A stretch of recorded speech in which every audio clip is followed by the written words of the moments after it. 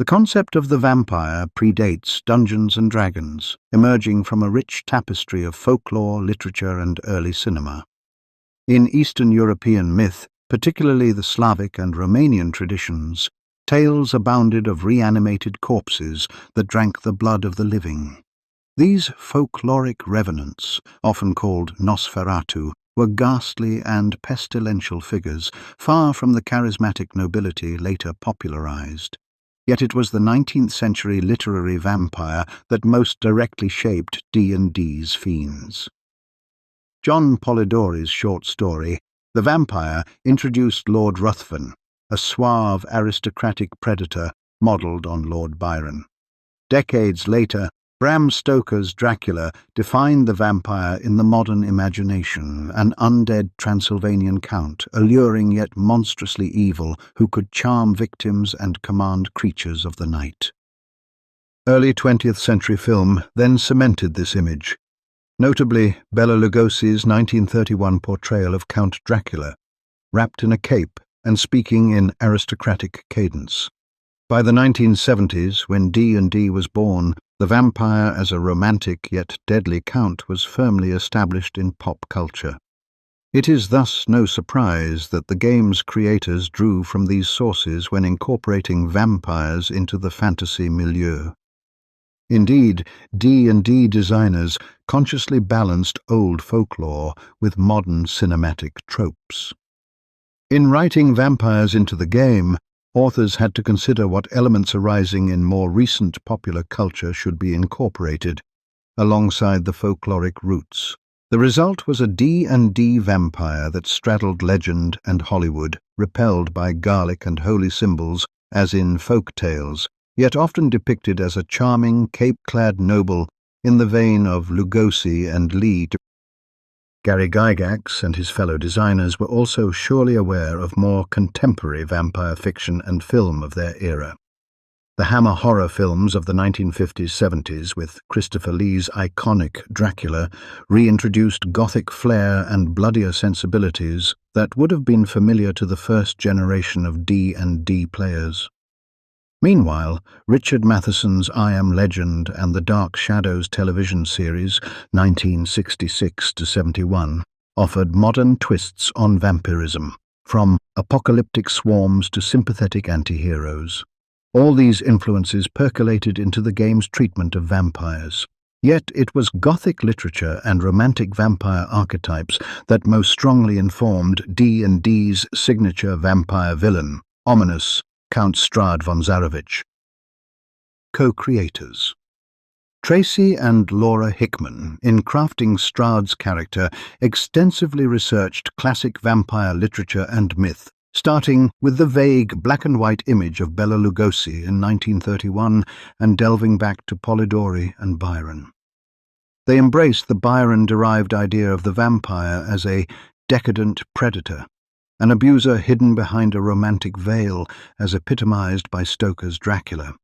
Strahd would be D&D's own Byronic vampire lord, a selfish beast lurking behind a mask of tragic romance. Thus, from the earliest inclusion of vampires in D&D, the game's approach was an amalgam, rooted in Eastern European folklore's gruesome walking corpses shaped by Victorian literature's aristocratic fiends, and embellished with silver screen flourishes of capes, coffins, and lightning-lit castles. First appearance: Eldritch Wizardry, 1976. Vampires have been a part of Dungeons & Dragons since its infancy. In fact, original D&D, the Little Brown Books of the White Box set, already listed the vampire among its monsters, described simply as a powerful undead that drains life energy.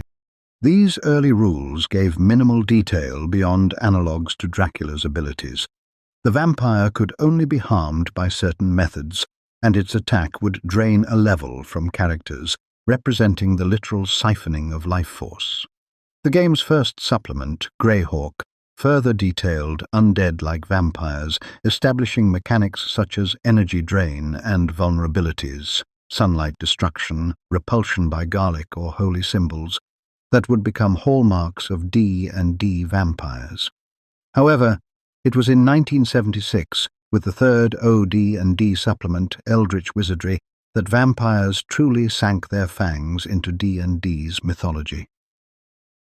Eldritch Wizardry is famed for introducing demonic lords and dark artifacts, and among these was a legendary lich, whose lore featured a vampire lieutenant. In that booklet, the artifacts Hand and Eye of Vecna made their debut, noting that the archlich Vecna met his downfall through the treachery of his trusted vampire lieutenant Kas the Bloody-Handed. Kas, a vampiric warrior who betrayed Vecna using the dreaded sword of Kas, counts as the first named vampire in D&D's published canon.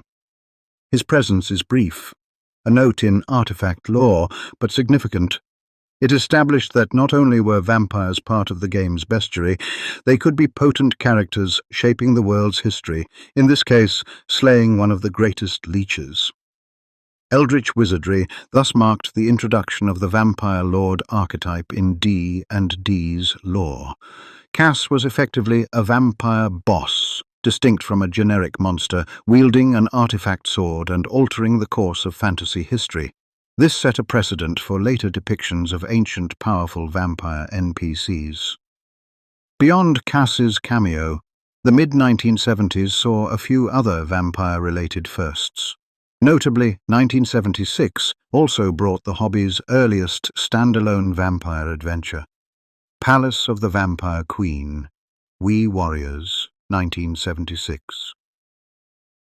Often cited as the first published D&D module, Palace of the Vampire Queen was a short third-party dungeon in which players confronted the eponymous undead queen terrorizing an island kingdom. Although not published by TSR, it was a licensed independent product. Its existence underlines how quickly the vampire became a compelling antagonist in D&D scenarios. In these formative years, D&D's vampires were painted in broad strokes, essentially Dracula transplanted into a dungeon. Contemporary commentary from designers hints at both excitement and caution in deploying such a powerful monster. A vampire encounter could easily, TPK, total party kill, an incautious group, given the severity of level drain and the creature's immunities. Co-creator Dave Arneson's campaign notes even tell of a player who became a vampire, prompting the invention of the cleric class as a dedicated vampire hunter. In Arneson's early Blackmoor games, a player ran a vampire character, Sir Fang, which so vexed the other players that Arneson introduced a Van Helsing-like hero class to counterbalance it. This anecdote, that the cleric's turn-undead ability and holy powers were devised specifically to rein in a PC vampire, illustrates how central the vampire was in D&D's early gameplay and design. By the end of the 1970s, vampires were well entrenched in D&D, iconic foes to be feared, and, occasionally, dark powers to be harnessed by players daring enough. When Advanced Dungeons & Dragons was released, the vampire would receive a full, fleshed-out entry. But even before AD&D's monster manual, Eldritch Wizardry and its contemporaries had given D&D a taste for blood. The image of the vampire lord, a cunning, ultra-powerful undead commanding lesser creatures, was seeded with Kas and the vampire queen, paving the way for more famous successors. These first depictions hewed closely to classic vampire lore. The vampire's powerful negative force literally drained life levels, and it could charm or summon creatures, but it was vulnerable to sunlight and could be held at bay by faith or garlic. It is telling that the game's initial approach emphasized the vampire's status as the most dreaded of the chaotic evil undead, a superlative indicating how fearsome the creature was meant to be in play. Even in these nascent appearances, we see a duality that would define D&D vampires. On one hand, they are monsters to be fought with sword and spell, yet on the other, they possess an intrinsic narrative gravity, the stuff of legends, betrayals, and dark lords. Era, First AD&D, First Edition, 1977 to 1988. The release of Advanced Dungeons & Dragons First Edition in 1977 gave vampires a formal write-up and cemented their role in the game's bestiary. The AD&D Monster Manual included a dedicated entry for the vampire, describing it as a chaotic evil, night-prowling undead of terrifying power. This entry established many features that would endure through later editions. Mechanically, AD&D vampires were formidable. Each successful hit drained 2 levels from the victim, an alarming power that made them among the most feared encounters in the game. They boasted high strength, 1876 in AD&D's terms, and multiple powerful abilities. The gaze that charms, the ability to shape change into a bat or wolf, and the power to summon swarms of bats, rats, or wolves to their aid. The Monster Manual also detailed the classic weaknesses. Sunlight would destroy a vampire outright, running water burned like acid, and a wooden stake through the heart could paralyze the creature, though decapitation was required to finish it off. These AD&D rules leaned heavily into traditional horror lore, effectively customizing the Dracula archetype into game terms. Notably, they introduced the idea that a vampire existed partially on the negative material plane, the cosmological source of undead power, which explained its life-draining touch and resistance to normal weapons. Flavor text in the Monster Manual described the vampire as the most dreaded of the chaotic evil undead, underscoring its status as a top-tier villain.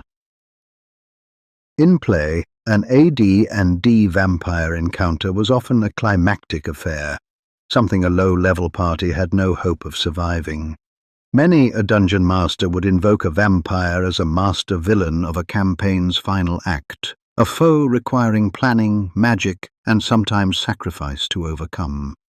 During this AD&D First Edition era, vampires appeared in various D&D modules and adventures, often as lurking menaces in the dark corners of dungeons or as lords of haunted castles.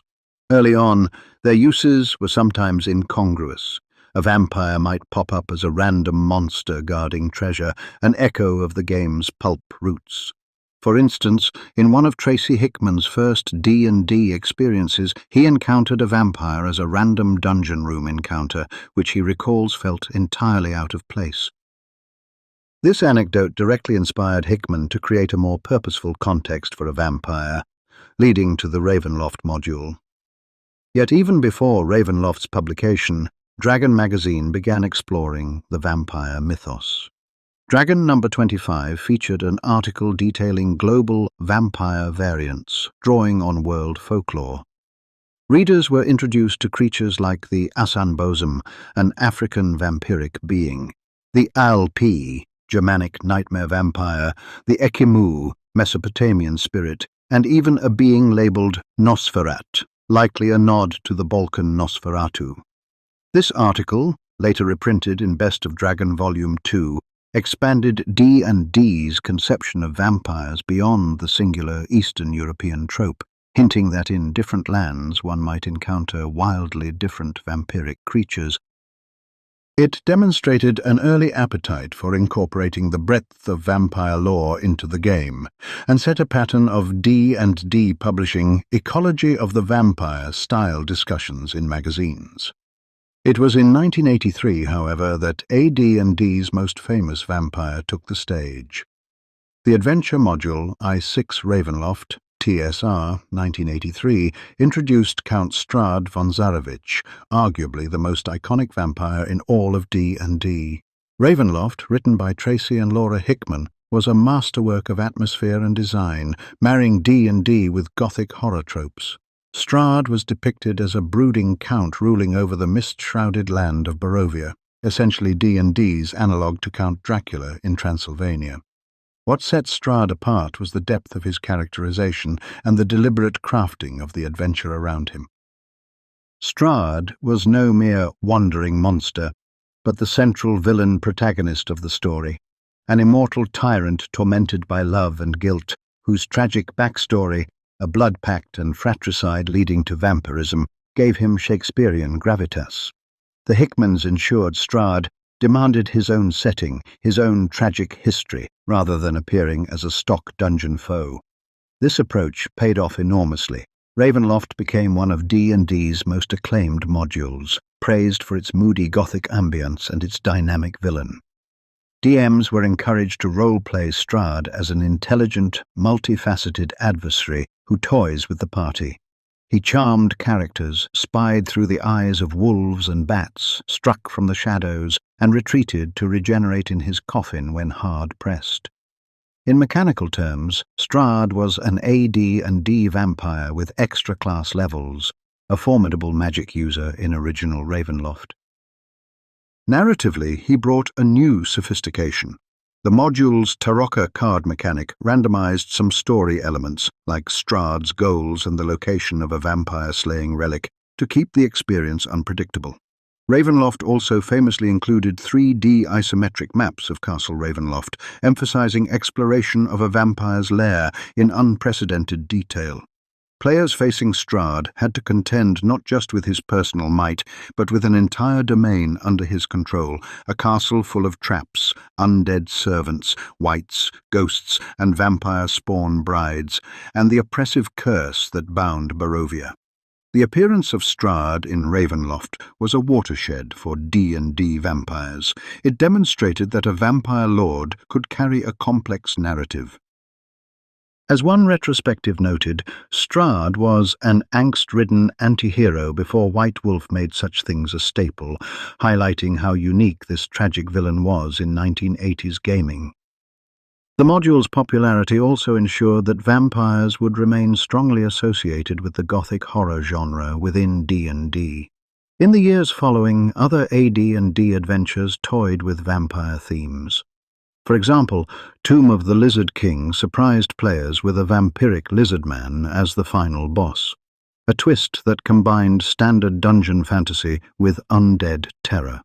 The Lankhmar, Swords of Deceit module presented a unique Lankhmarian vampire, showing that even licensed settings like Fritz Leiber's world could adapt the creature to their tone. And in an amusing flex of D&D's crossover with literature, Dragon Magazine number 126 actually statted out Count Dracula himself for AD&D, along with new monsters called Vrikolakas, a nod to Greek vampire lore. By the end of the first edition era, vampires in D&D had thus proliferated, from generic dungeon predators to deeply woven story antagonists, from European counts to bizarre offshoots like vampiric reptiles. Culturally, the 1980s were a ripe time for vampire media, with films like The Lost Boys and novels like Anne Rice's Vampire Chronicles gaining popularity, and D&D both contributed to and drew from this renewed interest in elegant undead. The AD&D First Edition vampire remained fundamentally a monster to be feared. Its level drain was uncompromising, and its regenerative abilities made it hard to kill without special preparation. Yet thanks to Ravenloft, players now recognized that a vampire could be more than an XP-draining foe. It could be the dark heart of a sweeping tale of horror and tragedy, one that might see heroes brandishing holy symbols and stakes in a climactic showdown in a thunder-racked castle tower. Strahd von Zarovich, as depicted in the original Ravenloft module, perched on a balcony of Castle Ravenloft amid gargoyles and bats. Clyde Caldwell's artwork established the archetypal look of the D&D vampire lord, a caped noble with predatory grace commanding the storms and creatures of the night. Era 2, AD&D 2nd Edition, 1989 to 1999. With the advent of a D&D 2nd Edition in 1989, vampires continued to evolve both mechanically and in lore, bolstered by an explosion of dedicated horror content. In the core, Monstrous Compendium Volume 1, the vampire appears again, largely carrying forward its first edition traits, but with some refinements. Notably, the compendium introduced an Eastern vampire variant alongside the standard Western vampire. This Eastern vampire, based on the Chinese jiangshi, or hopping corpse, signaled TSR's intent to incorporate a broader range of myths.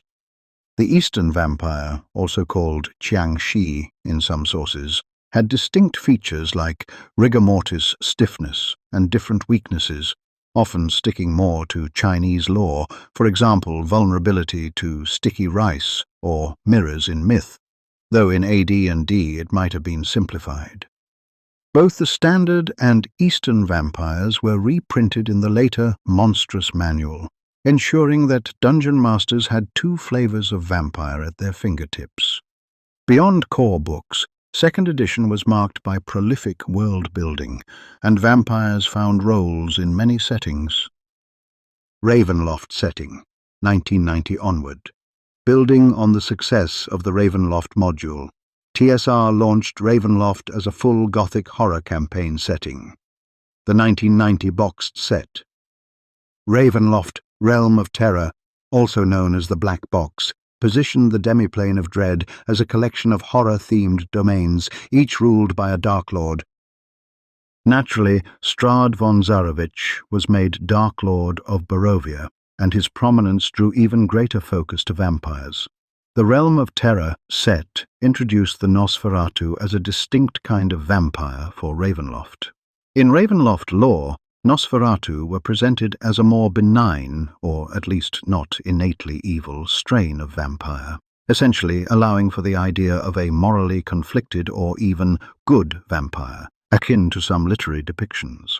The Nosferatu lacked the level drain of standard vampires and could survive on animal blood, making them less malevolent.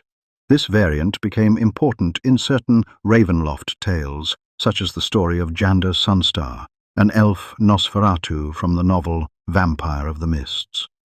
Ravenloft's monstrous compendiums also gave us a plethora of new vampire types. The Ravenloft MC Appendix Y showcased demi-human vampires, dwarven, elven, halfling, gnomish, and even the Kender vampire for the world of Kryn. These underscored Ravenloft's notion that any race could spawn a vampire, each with subtle tweaks. For example, elven vampires retained some connection to nature, dwarven vampires haunted mines, etc. Ravenloft also explored mind flayer vampires, the Illithid vampire, introduced in the Thoughts of Darkness adventure 1992, where an Illithid becomes undead.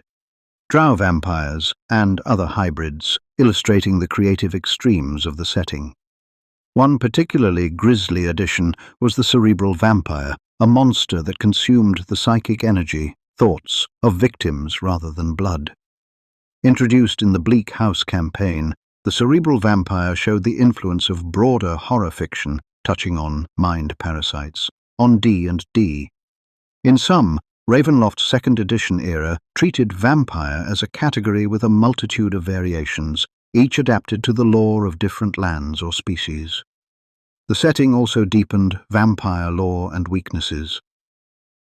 Van Richten's Guide to Vampires by Nigel Findlay was a seminal sourcebook that exhaustively analyzed vampire physiology and psychology from an in-world perspective. Presented as the research of Dr. Rudolf van Richten, venerable vampire hunter, it codified rules like vampire ages, fledgling, mature, old, ancient, etc. with increasing powers, and offered expanded tactics for both DMs and players. Van Richten categorized vampires by age, those under 100 years as fledglings, and millennium-old patriarchs, matriarchs with vastly greater resilience. The guide also enumerated esoteric details. A vampire's blood itself could be hazardous, burning the skin or even exploding in sunlight. Some vampires developed unusual feeding preferences, feeding on psychic energy or spinal fluid instead of blood. And it described the vampiric kiss ritual by which a vampire could create a willing consort. Such rich detail not only helped DMs portray vampires more vividly, but also reinforced the sense of vampires as cunning, nearly unkillable foes. Van Richten's Guide famously advises that the safest way to slay a vampire is to stake it and then remove its head entirely, burning the remains, lest the creature revive. It formalized that a stake through the heart merely paralyzes a vampire until further measures are taken. All these additions in second edition made vampires both more nuanced and, in many respects, even scarier to face. Forgotten Realms. In the second edition era, the Forgotten Realms setting featured vampires in several storylines. Notably, the novel Vampire of the Mists by Christie Golden brought an elven vampire, Janda Sunstar, from the realms into Ravenloft, bridging the settings and showing that even a gold elf could suffer the curse of vampirism. Within the realms itself, undead such as vampires tended to be prominent villains in certain regions. For example, the evil Zulkirs of Thay included necromancers who consorted with vampires. Dragon Magazine number 236 introduced 3 unique vampires for the realms: Morg Syed, a beast-like tribal vampire, and Sestra Karanok, a scheming noblewoman vampire. These bespoke NPCs illustrated that not all D&D vampires were cut from the Strahd mold. Some were feral, others political. The realms also had at least one living deity connected to vampires. In monster mythology, a demigod named Kanchelsis was detailed, a deity of vampires depicted as an urbane blood-drinker patron of undead. Though obscure, this shows the extent to which vampires had permeated D&D's cosmology by second edition. Other settings. Every D&D world found a place for vampires. In Spelljammer, the space fantasy setting, adventures like Crystal Spheres included variants of vampires adapted to wild space. Imaginatively, one Spelljammer legend describes a vampire sun that drains planets of life. But more concretely, Crystal Spheres introduced a scenario with an alien vampire influence. Mystara, the classic D&D known world, also supported in second edition through the Wrath of the Immortals line, had its own vampire lore. The module Night of the Vampire was a gothic murder mystery adventure set in Karamakos, while Mystara's monstrous compendium featured the Velia, an aquatic vampire, and the Swamp Velia, showing vampires adapted to environments like oceans and swamps.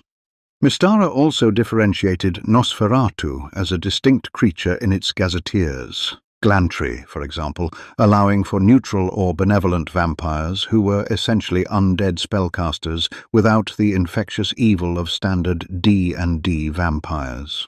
In Red Steel, Savage Coast, a subsetting of Mystara, the Savage Coast MC presented a Nosferatu variant as well. Meanwhile, Dragonlance had relatively few vampires. The world of Krynn was more focused on undead like Death Knights and ghosts, but a notorious adventure DL10, Dragons of Dreams, did feature a vampiric minion in a dream sequence, and later, Ravenloft crossovers pulled the Lord Soth, a Death Knight, into a domain where lesser vampire minions skulked. Throughout second edition, the mechanics of vampires remained fearsome. Level Drain was still their signature attack, draining 2 experience levels per hit in second edition as in first edition. However, by the late 90s, some adventures offered mitigations. For example, a DM could allow a restoration spell to return lost levels if the vampire was defeated, a house rule encouraged in Ravenloft to soften the blow on player characters. The emphasis in second edition, though, was more on narrative horror than on raw mechanics. This was the era when TSR published an entire line of Van Richten guides to ghosts, liches, werebeasts, etc., with the Vampire Guide being the first. Adventures like Feast of Goblins, set in Ravenloft, pitted players against Baron Ulrich von Karkov, a lord who is secretly a panther werebeast and a unique vampire breed, a layered villainy exemplifying Ravenloft's complex horrors. Another Ravenloft module, Touch of Death, featured an ancient Egyptian-style vampire, a Nosferatu pharaoh, showing the genre's range. By blending D&D high fantasy with hammer horror stylings, second edition firmly established that vampires could drive entire campaign plots. It is telling that late in second edition's run, TSR released House of Strahd, an expanded update of the original Ravenloft module, and Realm of Terror was followed by Mask of the Red Death, Gothic Earth setting 1994, where players in a Victorian Earth faced Dracula himself in one adventure. All of this underscored the vampire's star power. Culturally and within the RPG scene, the 90s were also the era of vampire. The masquerade and the rise of sympathetic or player character vampires in media. D&D's response was more conservative. In Ravenloft, the game explicitly warned that becoming a vampire was an inescapably corrupting fate. PCs who turned would eventually fall under DM control. Yet the Van Richten guides and fiction showed empathy for the tragedy of the monster. Strahd himself was often portrayed with a measure of tragic nobility. For example, the novel Strahd gives his first-person account, eliciting both horror and pity. In this way, AD&D 2nd edition walked a fine line. Its vampires were still villains and monsters, not angsty heroes, but the storytelling around them grew richer. A comment from Grognardia on Ravenloft noted that the module's story is about its villain, and that the PCs serve mainly to witness and challenge that villain's melodrama of lust, betrayal, despair, and love beyond the grave. This narrative-centric approach became standard for vampire-focused adventures in 2nd edition. By 1999, the close of AD&D 2nd edition, the game had accumulated a veritable catalogue of vampire types. From the humble vampire spawn, a lesser vampire under a master's control, to ancient patriarchs immune to sunlight in Ravenloft lore, from elven Nosferatu seeking redemption to bestial vampires that haunted jungles. Vampires had firmly moved beyond being just one monster among many. They were a genre within D&D, complete with dedicated rules, subsystems, like fear and horror checks in Ravenloft, to support their use in horror-themed play. The stage was set for the next edition to re-examine these creatures from a fresh mechanical perspective. Era 3D&D 3rd/3.5 edition, 2000 to 2007. The year 2000 brought Dungeons & Dragons 3rd edition, which overhauled many fundamental mechanics, and with it came a significant reconceptualization of the vampire. The most notable mechanical change was that the vampire became a template rather than a singular monster entry. In prior editions, a vampire was presented as a complete creature with fixed stats. Under 3rd edition's new D20 system, a template could be applied to any qualifying base creature, usually a humanoid or monstrous humanoid, to transform it into a vampire. This meant any character or NPC could, in theory, become a vampire with all the attendant powers and weaknesses scaled to their original abilities. For example, a 5th-level human fighter turned into a vampire would gain enhanced strength, damage resistance, and level-draining attacks on top of their existing skills. This flexibility dramatically expanded the diversity of vampires in play. No longer were they all cookie-cutter 8-hit dice undead. One could encounter vampire goblins, vampire giants, even a vampire mind flayer. The latter would later be showcased in Lords of Madness 2005. The Monster Manual provided the vampire template along with an example. A sample vampire, formerly a human sorcerer, complete with charm gaze, spider climb, and summon creatures. It also formally introduced the concept of vampire spawn as a separate creature type. These were the weaker undead created when a vampire drained a victim to death but did not share its blood. Vampire spawn in 3rd edition were essentially lesser vampires under the master's control, unable to create spawn of their own and missing some powers like shape-shifting. The relationship was codified. A spawn could become a full vampire only by drinking the blood of its master, a direct reflection of the master-servant dynamic hinted at in older editions. The 3rd edition vampire retained all the classic abilities: domination gaze, blood drain, turning into bats or wolves, flavored as the template granting altiform abilities, fast healing, and the need to rest in a coffin by day. However, one mechanical aspect was softened. Energy drain in 3rd edition no longer permanently stripped experience levels outright. Instead, a vampire's slam attack bestowed negative levels, each imposing a -1 penalty to rolls and some loss of hit points. These negative levels could be removed by restoration magic, or would require a saving throw after 24 hours to avoid becoming permanent level loss. The net effect was that the dreaded level drain was made slightly less devastating to players. It gave them a chance to recover, whereas in AD&D, failing to get restoration meant permanent XP loss.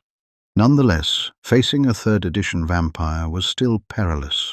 A single hit applied 2 negative levels, and if those equaled a character's level, the character would die and potentially rise as a spawn. Where 3rd edition truly expanded the vampire's presence was in the proliferation of supplements and variant rules. The concept of vampire PCs became more feasible, if still challenging, thanks to the template with an associated level adjustment. Some ambitious players could take on the template at a hefty cost to their character progression, something unheard of in earlier editions without DM fiat. Supplement books fed this possibility. Savage Species even provided an ECL progression for someone who wanted to play a vampire from level 1 by gradually gaining vampire traits. Meanwhile, sourcebooks dedicated to the undead appeared. Chief among them, Libris Mortis. The Book of Undead offered a trove of vampiric options. It detailed variant forms such as the psychic vampire, savage vampire, swarm form vampire, moonbane vampire, and persuasive vampire, each tweaking the base creature's abilities or weaknesses. For example, a moonbane vampire might be especially vulnerable to the full moon's light, a twist on werewolf lore applied to vampires, while a swarm form vampire could dissolve into a cloud of bats or rats instead of mist. Libris Mortis also introduced a famed template, the Vampire Lord. The Vampire Lord template, distinct from simply an old vampire, represented a vampire who has broken free from many of the traditional weaknesses. For instance, a Vampire Lord could endure sunlight, at least to some degree, and was not necessarily repelled by garlic or mirrors. Essentially, it was a template to create a boss-level vampire, even above the typical specimen, often used to depict ancient masters who had transcended some limitations.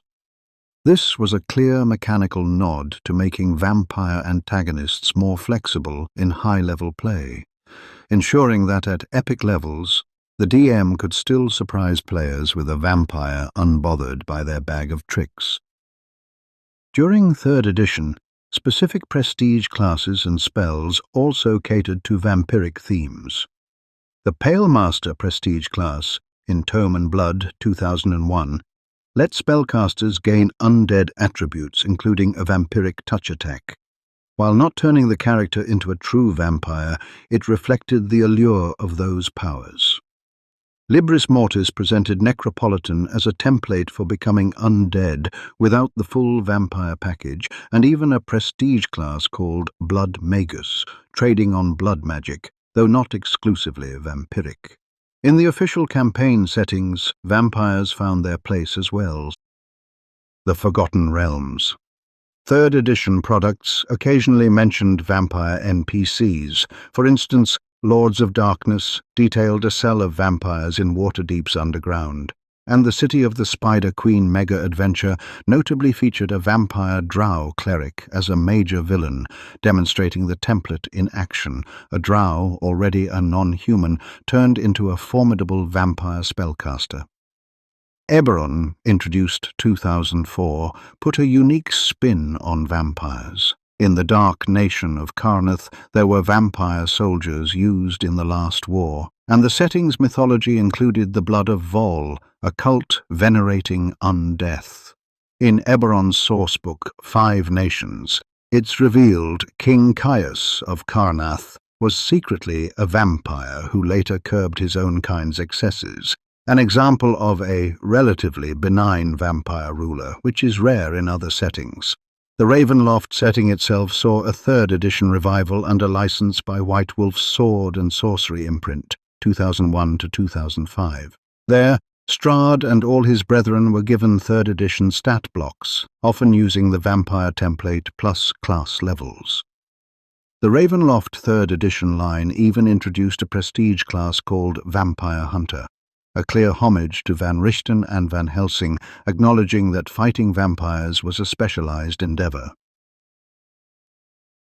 The sensibilities of White Wolf, known for Vampire the Masquerade, perhaps influenced how Ravenloft 3rd edition emphasized the personal horror of vampirism, but mechanically it stayed close to D&D norms. For example, no complex masquerade-style morality, just the standard evil alignment for vampires. One cannot mention 3rd edition vampires without also noting Dracula's presence yet again. Dragon Magazine number 336, October 2005. Count Strahd versus Count Dracula article compared the original literary Dracula with AD&D stats from the 80s updated to 3rd edition to Strahd, highlighting differences. Dracula in D&D terms ended up statted as essentially a vampire lord with sorcerer levels, a fun exercise in bridging lore. By 3.5, the 2003 revision of 3rd edition, the vampire entry in the monster manual was refined but fundamentally unchanged. It remained a template. The CR challenge rating system meant DMS could gauge vampire encounters more systematically. A vampire of a given level provided a known challenge. Yet players too sometimes sought the power of vampirism. 3rd edition's framework allowed DMs to handle this with clear rules.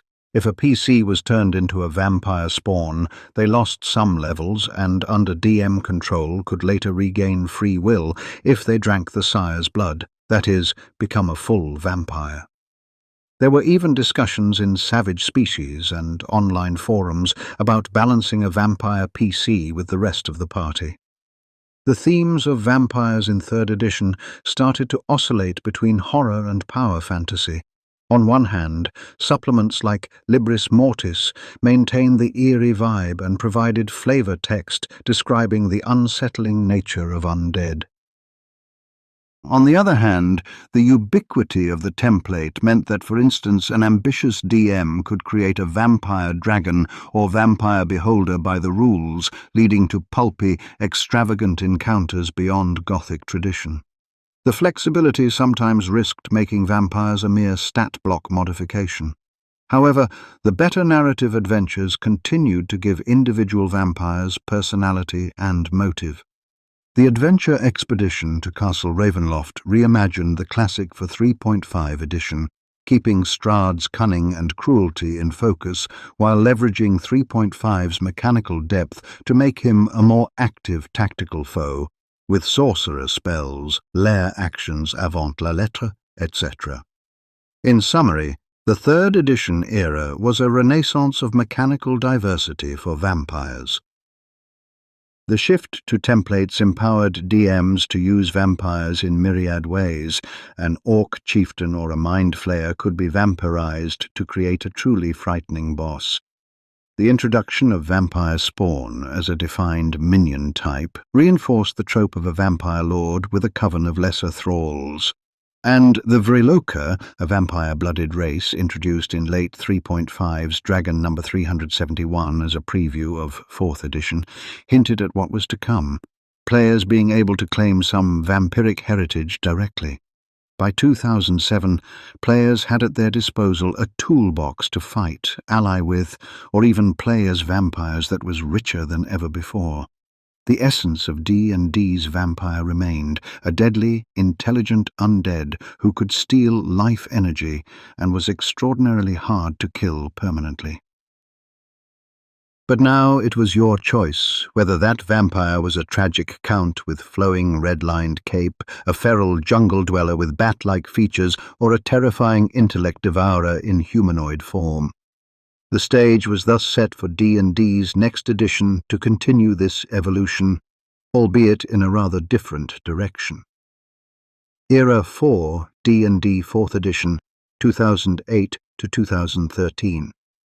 The launch of Dungeons & Dragons 4th edition in 2008 brought a dramatic shift in game mechanics and design philosophy, and vampires were not exempt from this transformation. 4th edition fundamentally restructured monsters. Every creature was built for a specific combat role and level range, with streamlined stat blocks and new mechanics like healing surges and conditions. In the 4th edition monster manual, the vampire appears as a level 11 elite lurker, reflecting the game's approach of fitting monsters into balanced combat encounters. The vampire's classic abilities were reinterpreted under 4th edition rules. For example, since level drain as a concept was removed in 4th edition, no experience loss or negative levels exist in the system. The designers gave vampires an ability to drain healing surges or impose a penalty to the target's healing, a mechanical analogue to sapping life energy in the context of 4th edition's healing surge mechanic. A vampire's bite attack in 4th edition would typically deal damage and heal the vampire, often phrased as regaining hit points or even regaining a spent healing surge, representing the consumption of blood in simple mechanical terms. The gaseous form and shape-changing abilities became defined powers with cooldowns. For example, a vampire might have an at-will power to assume mist form to escape, or a recharge ability to turn into a swarm of bats for mobility. Additionally, 4th edition standardized weaknesses. Rather than instant destruction, sunlight in 4th edition usually caused ongoing radiant damage to vampires each round, quickly fatal but not as binary. Similarly, a stake to the heart was handled as a specific coup de grace scenario, paralyzing a staked vampire who has been reduced to 0 hit points, for instance. The tone of vampires in 4th edition also shifted in subtle ways. 4th edition was much more a high-action cinematic game, and initially it did not focus on horror atmosphere. In early 4th edition materials, vampires were presented as deadly monsters, but with less emphasis on Gothic storytelling. They were integrated into the broader ecology of the Shadowfell, 4th edition's plane of shadow and death. The Dungeon Master's Guide mentions that vampires, along with lichers and other undead, often hail from the Shadowfell or are bound to its dark influences. The cosmological origin was more pronounced. One 4th edition supplement suggests the first vampires were created by Orcus, demon prince of undeath, or by a dark ritual invoking the Shadowfell's power, though different D&D sources have provided varying origin myths. In any case, Orcus was heavily featured in early 4th edition as a major villain. The initial adventure path centered on Orcus cults, so implicitly vampires were linked to his thematic umbrella of undeath. A major development in this era was the idea of vampires as player characters becoming officially supported. In 2011, the supplement player's option, Heroes of Shadow, introduced the vampire class. This wasn't a template or a race, but a full class that one could choose at character creation, essentially allowing you to play a heroic or anti-heroic vampire from level 1. The vampire class in 4th edition functioned as a striker role character with unique mechanics. They had abilities to expend healing surges to gain buffs, since as undead they technically didn't heal the way living characters did. The class fiddled with the healing surge economy, and they gained powers themed around blood drinking and dominating minds. For example, a 4th edition vampire character could blood drink an enemy, a power that dealt damage and granted the vampire temporary hit points. They also had the drawback of sunlight weakness. If caught in daylight or any illumination designated as sunlight in rules, their powers were suppressed or they took penalties. Interestingly, 4th edition allowed vampire PCs to endure sunlight by wearing heavy clothing or traveling at night, a nod to narrative convenience and a departure from prior editions where sun meant certain doom. Alongside the class, Heroes of Shadow introduced the Vriloka, a playable race of dhampir-like humans touched by vampiric blood. Vreloka were essentially living beings with a vampiric heritage, granting them minor vampiric qualities, like an encounter power to drain blood from a foe. These additions clearly show 4th edition's willingness to integrate the vampire trope into player-facing options, turning what was once purely a foe into something players could experience from the other side. The portrayal of vampire NPCs and villains in 4th edition continued through various modules and Dragon Dungeon magazine articles, which, during 4th edition, were published electronically. For example, the Dungeon magazine adventure Nightworm Fortress features undead in the Shadowfell but focuses on Dracoliches. Still, vampires appeared in side treks. Open Grave, Secrets of the Undead, a sourcebook dedicated to undead in 4th edition, provided additional vampire lore and variant mechanics. It included advice for themes such as vampiric kingdoms or cults, and possibly unique vampires, though liches and other undead got more page count. Open Grave did highlight one famous unique vampire. Kas the Bloody-Handed, Vecna's traitorous lieutenant from Greyhawk lore, was given a 4th edition stat block as an exalted undead warrior. Interestingly, by 4th edition lore, Kas is sometimes depicted as a vampire death knight, conflating 2 undead archetypes, but he remains an example of a vampire lord figure in D&D myth. Another standout publication was the Castle Ravenloft board game. While not a role-playing game, this cooperative board game, part of a series of D&D adventure board games, revisited the Ravenloft setting in 4th edition terms. Strahd is the final villain in that board game, essentially translated into a simplified set of 4th edition style combat stats for board game use. This indicates that even when not in RPG form, Strahd's character remained in the forefront of D&D's representation of vampires. Despite the mechanical differences, 4th edition still valued the narrative of the vampire. In 2012, Wizards of the Coast released an actual play-style adventure book, Madness at Gardmore Abbey, which includes a side plot about a cursed item called the Deck of Many Things. One of its cards can summon a malign void, which some DMs flavored as a vampire-like entity draining the life of the Abbey's paladins, though this is more a cosmic horror than a proper vampire. More directly, Dungeon Magazine number 207 featured an adventure, Fair Barovia, reimagining the basic Ravenloft plot for 4th edition. Again, Strahd appears, and the adventurers must lift the curse on Barovia. This shows that the appetite for Gothic vampire tales persisted even in 4th edition's action-oriented environment. The tone shift in 4th edition, often noted by fans, was that the edition prioritized balanced tactical encounters over the kind of emergent, fear-based gameplay older editions could produce. For instance, no 4th edition vampire could unexpectedly and permanently erase months of XP with a touch, alleviating a source of genuine dread. Some felt this made vampires less frightening on a meta-game level. On the other hand, it made them fairer and more playable. As one gaming blog quipped, a 4th edition vampire's victim doesn't lose XP, but does lose healing surges, which in 4th edition's logic still meant the character felt significantly weakened until they could rest. And rest might be hard to come by if a vampire is stalking you in a castle.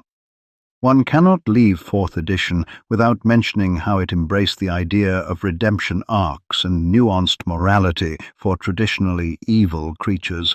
Though vampires remained typically evil, the presence of a vampire class meant that heroic vampires were a concept groups could explore.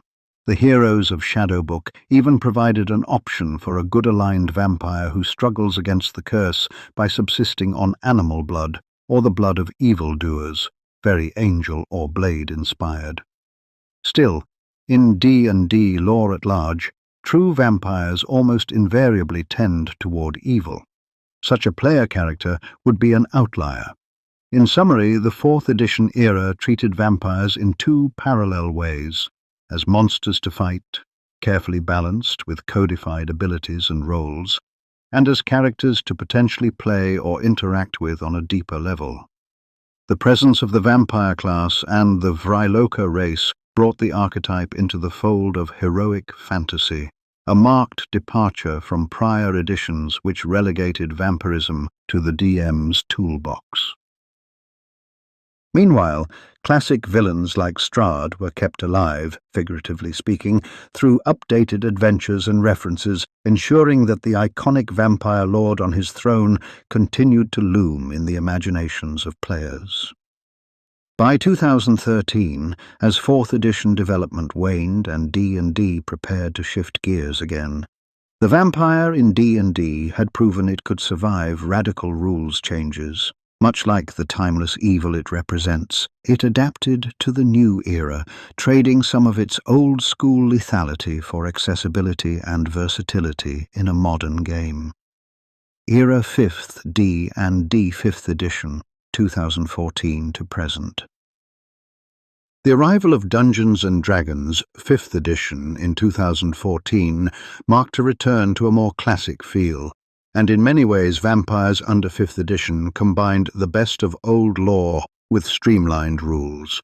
The 5th edition Monster Manual includes the vampire as one of its iconic entries, immediately invoking the image of the aristocratic undead predator. In 5th edition, a vampire is no longer a template applied arbitrarily. Instead, the Monster Manual provides a stat block for a vampire, Challenge 13, essentially modelling a classic human vampire in its prime, along with suggestion sidebars for vampire variants, namely a vampire warrior and vampire spellcaster, which adjust the base stats to represent a vampire with fighter or mage abilities. This approach gave DMs guidance to create specific vampire NPCs like a fallen paladin or a necromancer vampire without needing separate templates. However, the underlying assumption is still that a vampire is created from a humanoid. Indeed, the Monster Manual notes a vampire retains the features it had in life, such as class features or spellcasting, in addition to its vampiric powers. Mechanically, the 5th edition vampire borrows from earlier editions but refines the implementation. Instead of level drain or negative levels, the vampire's bite attack in 5th edition deals necrotic damage and reduces the target's hit point maximum by the same amount. This mimics the life-draining effect in a way that is impactful. If your max HP is lowered, you're easier to kill and cannot heal fully, but not permanently crippling. The reduction can be cured with a long rest or magic like Greater Restoration. Thus, 5th edition preserves the dramatic feel of the vampire is stealing your life, without the bookkeeping nightmare of lost XP. The vampire's charm ability is present as a powerful gaze that can charm a humanoid. The victim regards the vampire as a trusted friend unless harmed by it or its allies. The shape-changing is standardized. A vampire can polymorph into a bat or a mist. 5th edition elegantly folds the gaseous form into the shape-change ability, specifying that while in mist form the vampire can't attack, but is very hard to destroy and can slip through cracks. Classic limits remain. Sunlight hypersensitivity. In 5th edition, vampires take radiant damage and have disadvantage on attacks and checks in direct sun. Inability to cross running water, and the need to rest in burial soil or a coffin during daylight.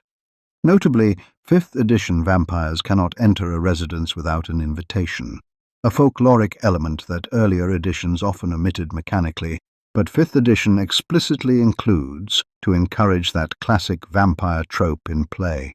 Additionally, the method of slaying a vampire is clearly outlined. Reducing it to 0 hit points causes it to fall into a mist and flee to its resting place.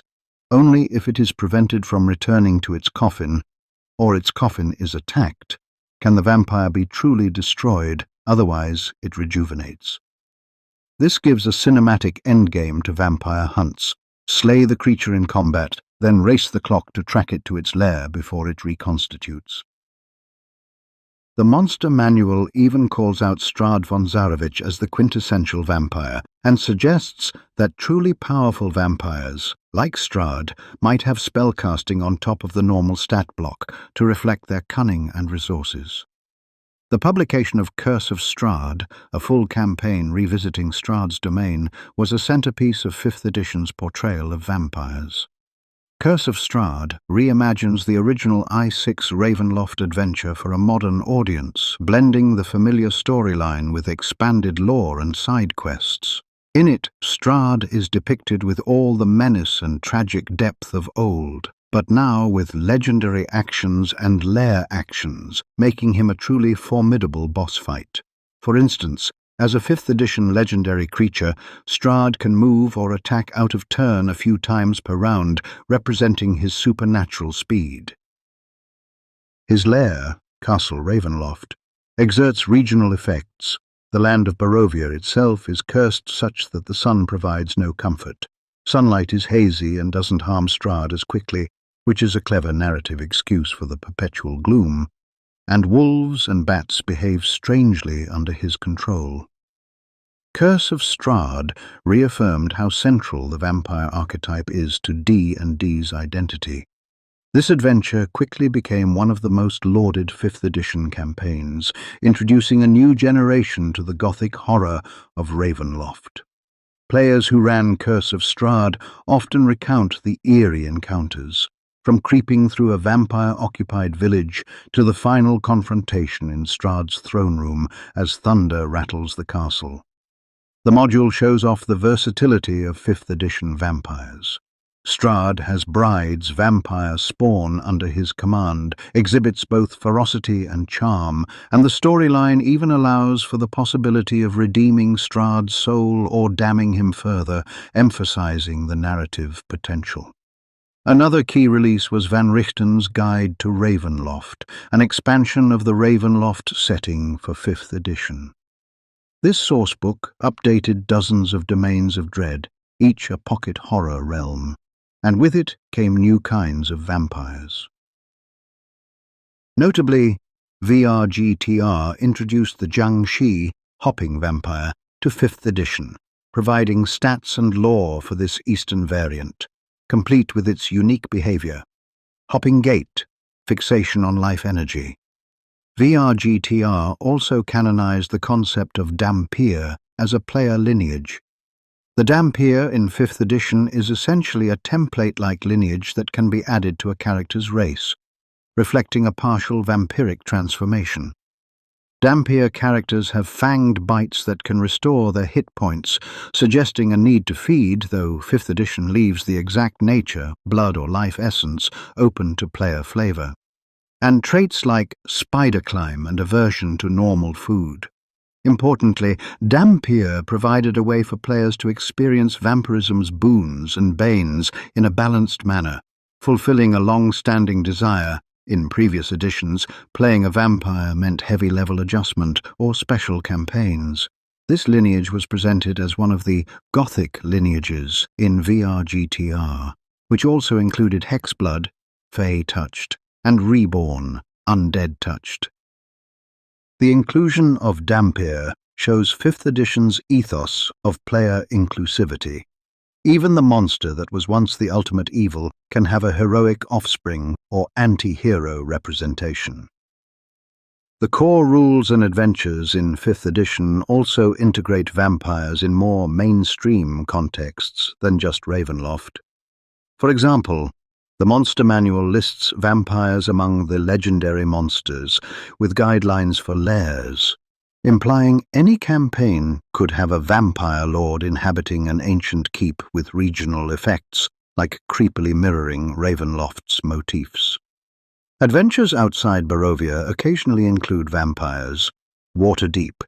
Dungeon of the Mad Mage has an encounter where adventurers can meet a vampire named Tsalis deep in the dungeon, indicating that even in the high fantasy city of Waterdeep, a vampire might lurk in the shadows. The Tomb of Annihilation. Adventure references. Acererak, a lich, not a vampire, but interestingly it involves a death curse that makes healing difficult, a scenario that gives undead like vampires a relative advantage in the story. While Toei doesn't feature vampires directly, Clever DMs have used the presence of this death curse to highlight how undead creatures, including vampires, might be unaffected and thus become potential wildcard NPCs. Video games and digital media in the 5th edition era also continue to portray D&D vampires. The acclaimed computer RPG Baldur's Gate 3 features a party member, Astarion, who is a high elf vampire spawn. This character, set in the Forgotten Realms, effectively brings a lot of D&D's vampire lore to a wide audience through interactive storytelling. Astarion struggles with the classical vampire issues. He can't stand in sunlight without magical aid. He has an endless thirst that he tries to hide or manage, and he bears the psychological scars of having been enslaved by a vampire master. The fidelity to D&D lore is notable.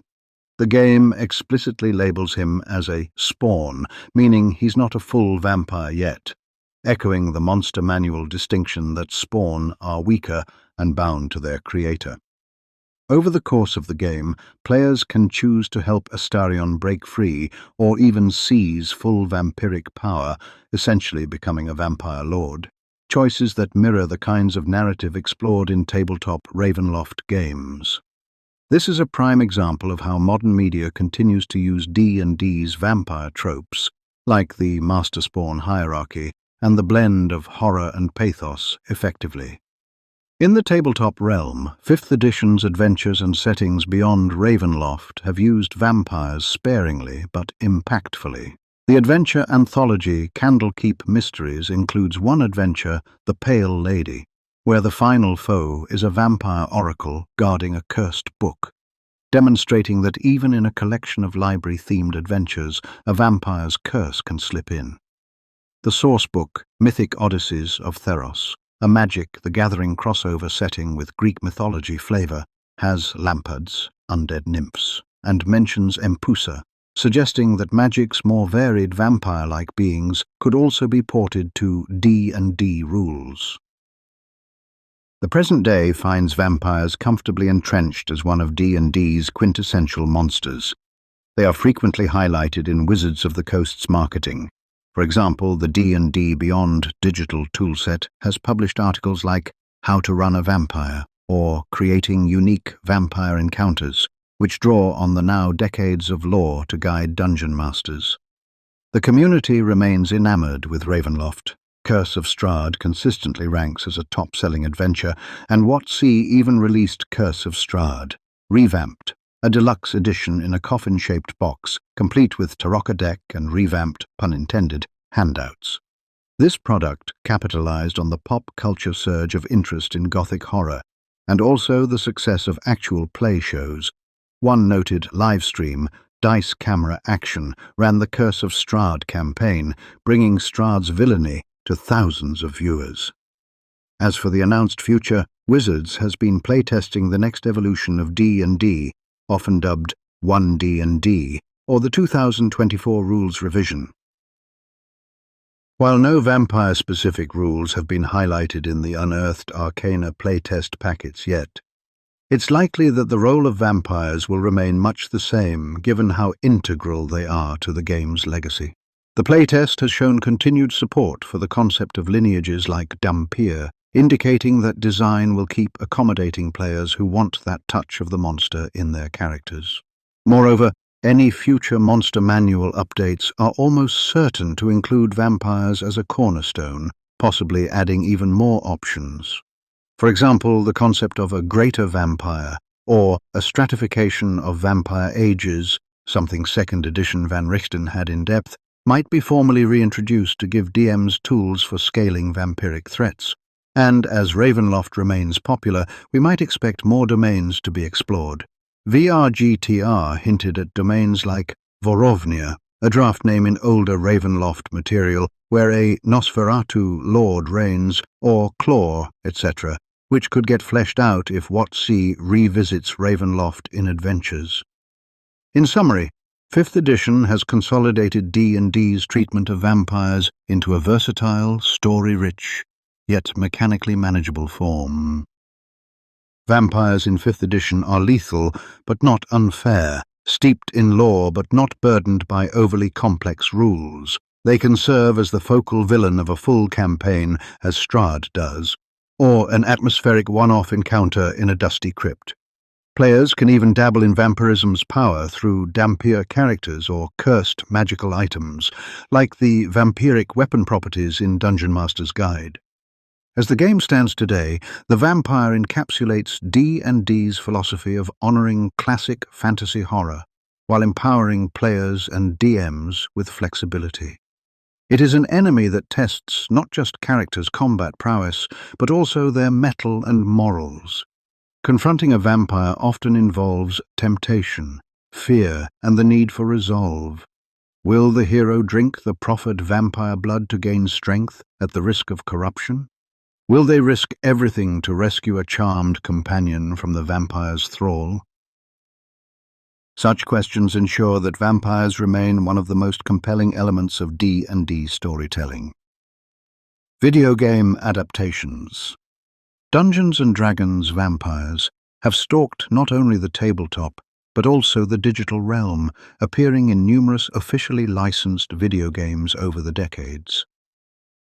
These adaptations often illustrate how D&D's portrayal of vampires, with its mix of mechanical traits and gothic flavor, translates into interactive form. They also show how fidelity to the source material can vary, with some games cleaving to the rulebooks and others taking creative liberties for gameplay. One of the earliest and most direct adaptations was the Ravenloft series of PC games in the 1990s. Ravenloft, Strahd's Possession, SSY 1994, was a first-person CRPG that plunged players into Barovia to face Strahd. The game's portrayal of Count Strahd von Zarovich and his minions hewed closely to the advanced Dungeons & Dragons and Dungeons & Dragons 2nd edition Ravenloft setting. Strahd himself appeared as an elegant, mocking figure who would periodically confront or taunt the party, much as he does in the pen and paper module. The mechanics followed AD&D 2nd edition rules. For instance, vampires in the game inflicted level drain on hits, a fact many players learned to their horror when their characters suddenly lost hard-earned levels after a vampiric attack. Indeed, a Game FAQ's tip from the era warns, vampires, wights, and spectres will drain your XP when they hit you, underscoring how the digital game carried over the tabletop mechanics of energy drain. Players thus had to stock up on restoration scrolls or visit temples to restore levels, mirroring the tabletop solution. Strahd's Possession also faithfully included vampire weaknesses. If the player wielded a holy symbol or presented a flask of holy water, vampires would recoil. In a nice touch of immersion, you could find Strahd's diary and other lore items in the game, deepening the story of his curse, much of it drawn from the Strahd backstory. The final confrontation with Strahd allowed multiple outcomes, including using the holy symbol of Ravenkind, lifted straight from the module, to weaken him. Critically, the game's cover art featured Strahd looming over a graveyard, which interestingly was the same painting by artist Denis Beauvais used for Van Richten's Guide to Vampires. A nice example of cross-media reuse of D&D artwork that solidified the iconic imagery. The sequel, Ravenloft, Stone Prophet, shifted focus to an Egyptian-themed domain, Harakir with mummies, so it did not feature vampires prominently, but Strahd's legacy in the first game left a strong impression of how a D&D vampire lord can anchor a video game narrative. Around the same time, the Dark Sun action RPG Wake of the Ravager included a side quest with a vampire. Interestingly, as Dark Sun's world is sun-scorched, vampires were virtually unknown there, making it a bizarre and terrifying encounter. This showed that even outside Gothic settings, a D&D video game could use a vampire as an exotic boss to surprise players. Though Wake of the Ravager being less polished, the encounter was not as celebrated. Perhaps the most famous D&D-related video game vampires come from the Baldur's Gate series. In Baldur's Gate 2, Shadows of Amn, BioWare 2000. One of the primary antagonist factions is the Guild of Vampires led by Bodhi, a ruthless elven vampire who serves as a foil to the protagonist. The depiction of Bodhi and her clan was deeply rooted in D&D's lore while also serving the game's narrative needs. Bodhi is presented as a fallen elf who chose vampirism for power. Her vampiric abilities in the game include the expected level drain, represented as energy drain in combat logs. Many BG2 players vividly recall the difficulty of fighting Bodhi's vampires in the Athkatla graveyard. Without precautions like protection from undead scrolls or plenty of restoration spells memorized, one's party could be rapidly debilitated. Silver weapons were largely irrelevant, true to D&D where silver hurts werewolves, not vampires, a point some players mixed up. Instead, magical weapons and holy water became crucial.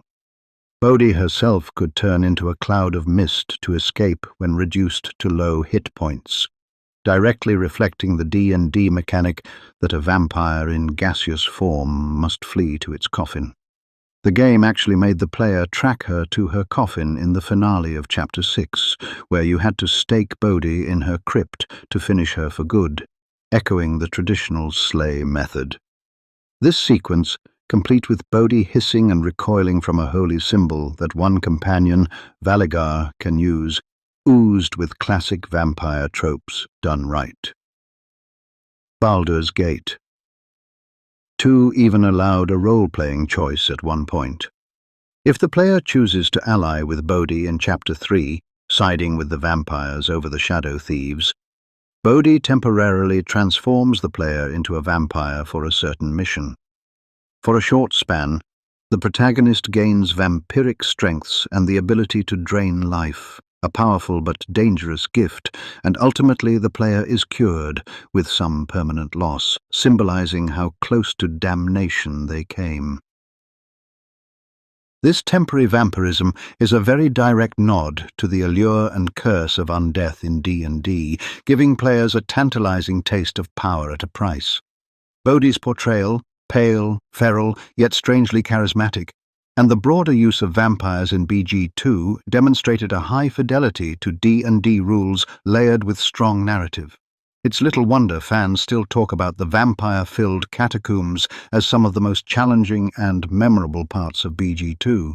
Continuing chronologically, Neverwinter Nights, BioWare 2002, and its expansions also feature vampires, though to a lesser extent.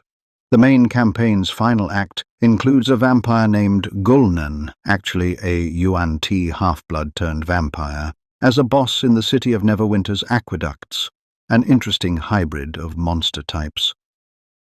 NWN using D&D.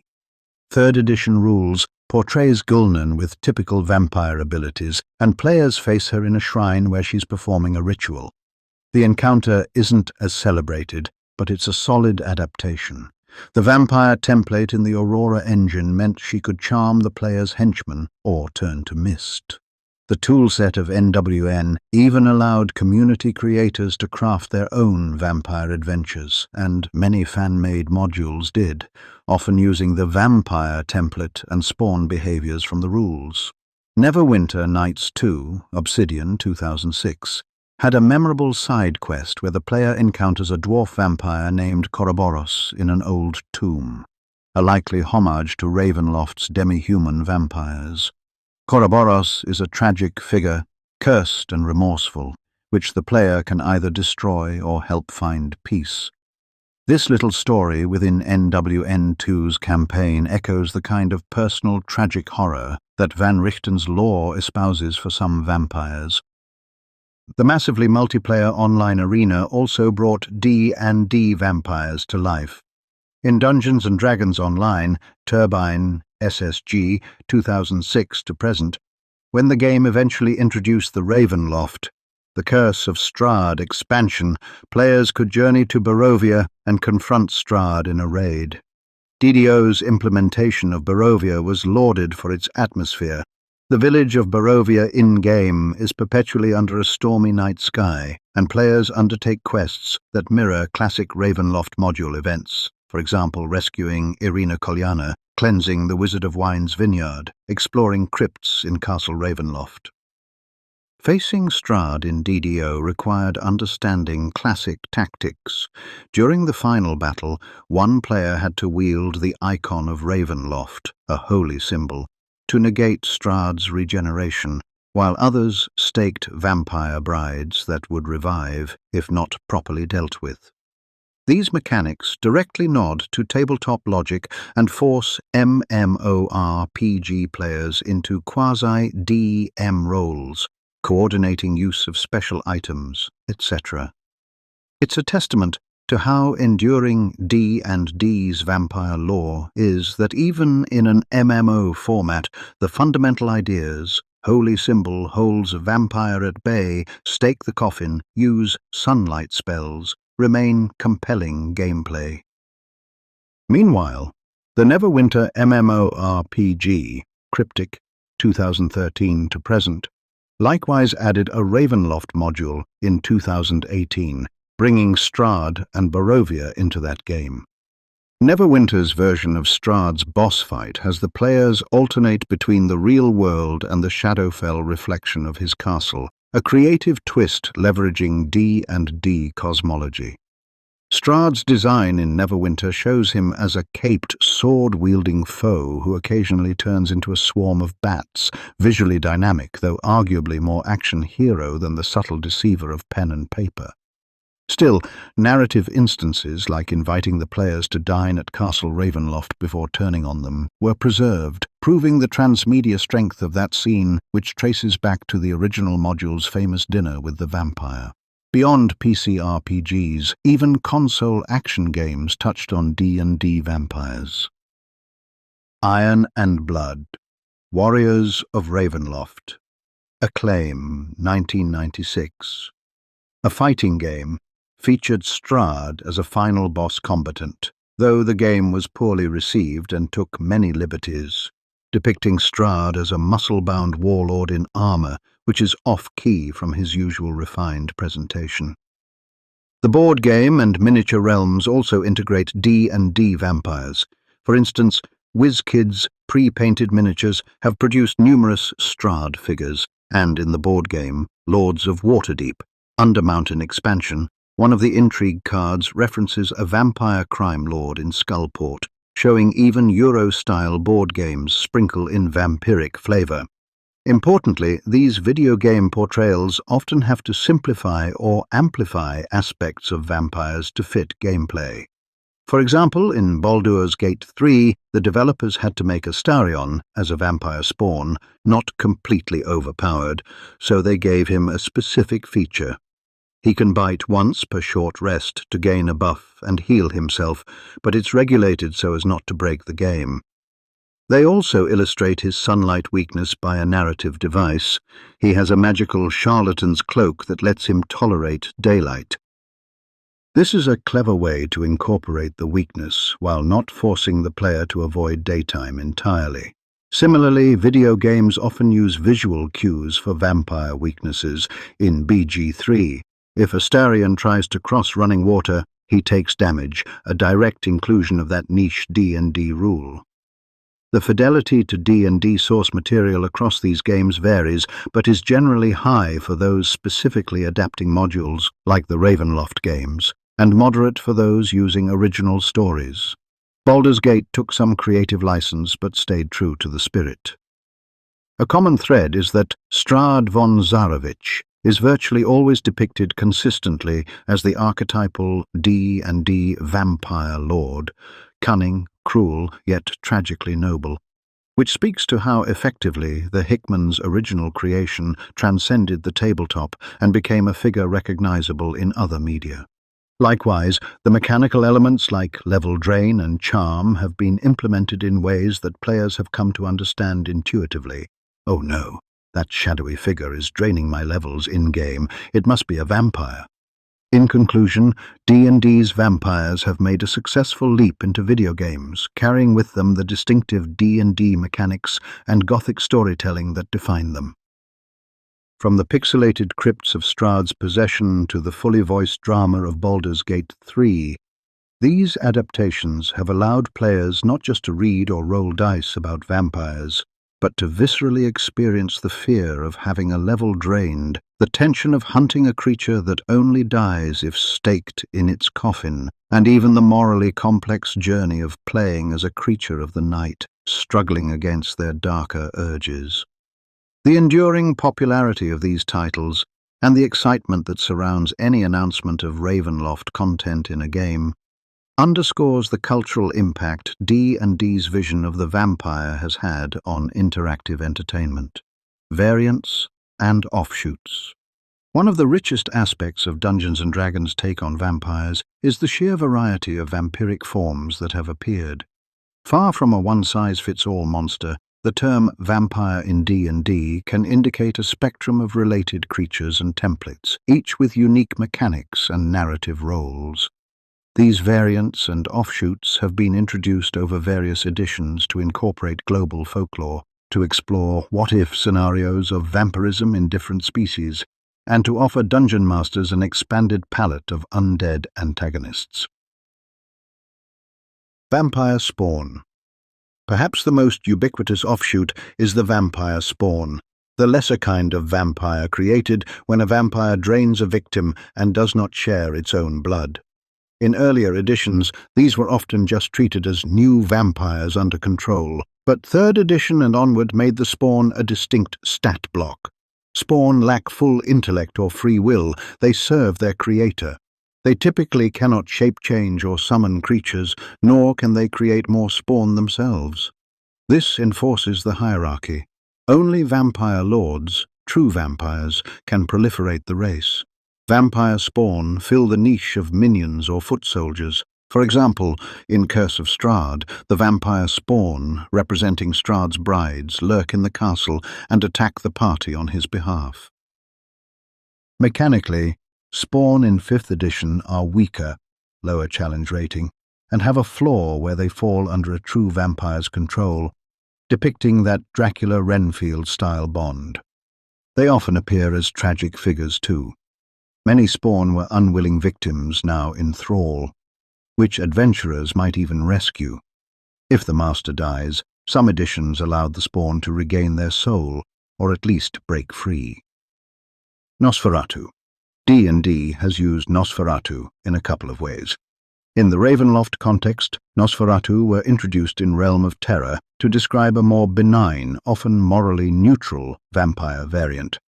A Nosferatu typically did not cause level drain and could even maintain their original alignment or personality to a degree. For instance, Jander Sunstar, the elven protagonist of Vampire of the Mists, is essentially a Nosferatu. He's a vampire who regrets his condition and tries to do good. The rules allowed Nosferatu to survive on animal blood or to avoid killing prey. In the Mystara setting, Nosferatu was the term used for all vampires, but particularly ones who retained class abilities and were less outright evil. For example, Prince Morphael of Glantry in Gazetteer 3 is a Nosferatu wizard. This term in D&D is less about the rat-toothed feral Count Orlok of the 1922 film, though that film's imagery inspired the general frightful visage of vampires, and more about accommodating non-evil or variant vampires. The Savage Coast setting's Nosferatu similarly gave a twist for that specific campaign where vampirism was tied to a magical metal curse. In short, Nosferatu in D&D often signifies a different strain of vampire, usually to allow exceptions to the normal rules or alignment. Jiangshi, Eastern vampire. Rooted in Chinese folklore, the jiangshi, also called hopping vampire, was first referenced in AD&D 2nd edition's monstrous compendium as the Eastern vampire. The archetype is very different. A jiangshi is a stiff corpse that hops with arms outstretched, often wearing funerary robes, and it drains life energy, ki, rather than blood. It typically has a glaring weakness to sticky rice or certain holy symbols from its culture. In D&D, 2nd edition, Eastern vampires had a weakness where they could be held at bay by the sound of a handbell or distracted by scattered grains of rice, reflecting the myth that they must count small objects, a trope also oddly associated with Western vampires in some tales. Van Richten's Guide to the Orient, a Dragon magazine article, detailed jiangshi as well. In 5th edition, Van Richten's Guide to Ravenloft gave the jiangshi full stats. 5th edition's jiangshi has a hopping movement, unable to run, only jump, and it applies a hopping rage debuff where if it hops 3 times towards a creature without being attacked, it gains advantage, reflecting its unnerving approach. It can paralyze victims with a touch and represents an interesting cross-cultural addition to the roster, now frequently encountered in the Ravenloft domain of Ikath, based on Chinese ghost stories. The jiangshi variant underlines D&D's attempt to not be Eurocentric. To say vampires exist in Karatur and they are not Strahd, there's something else with paper talismans on their foreheads. Vriloka and dhampir. These are player-facing offshoots, essentially half-vampires or humans with vampiric lineage. The Vriloka were introduced in 4th edition's Heroes of Shadow as a race of noble humans who bargained for undead power and thus have the vampire bloodline without being undead. They were living but had pale skin, no reflection, and could take on a blood is life daily power to gain strength. The dhampir, as established in 5th edition, though the term has existed in folklore and earlier RPGs, D&D didn't use it officially until VR/GTR, is a more straightforward concept. A being either born of a vampire and immortal or partially transformed, maybe someone who survived a vampire attack but was changed. The dhampir lineage in 5th edition gives you a taste of vampiric traits. You don't age, you can choose to feed on blood, and you have a climb speed and enhanced senses. Both Vriloka and dhampir serve a similar narrative function, a playable option for those who want to straddle the line between human and vampire. They are often brooding anti-heroes in campaigns, allowing the exploration of vampiric themes, hunger, temptation, social ostracization, within a party of otherwise normal characters. Mechanically, these half-vampires don't have the full slate of vampire weaknesses. For example, dhampir in 5th edition have no issue with sunlight inherently, which makes them viable for adventuring. It's a clever compromise to include the essence of vampirism without the all-consuming drawbacks. Alternate feeding vampires. D&D has posited variants that feed on things other than blood. The psychic vampire, introduced in Libris Mortis, drains power points or mental energy. This fits illithids that become vampires. Since mind flayers normally eat brains, a vampiric one might consume thoughts.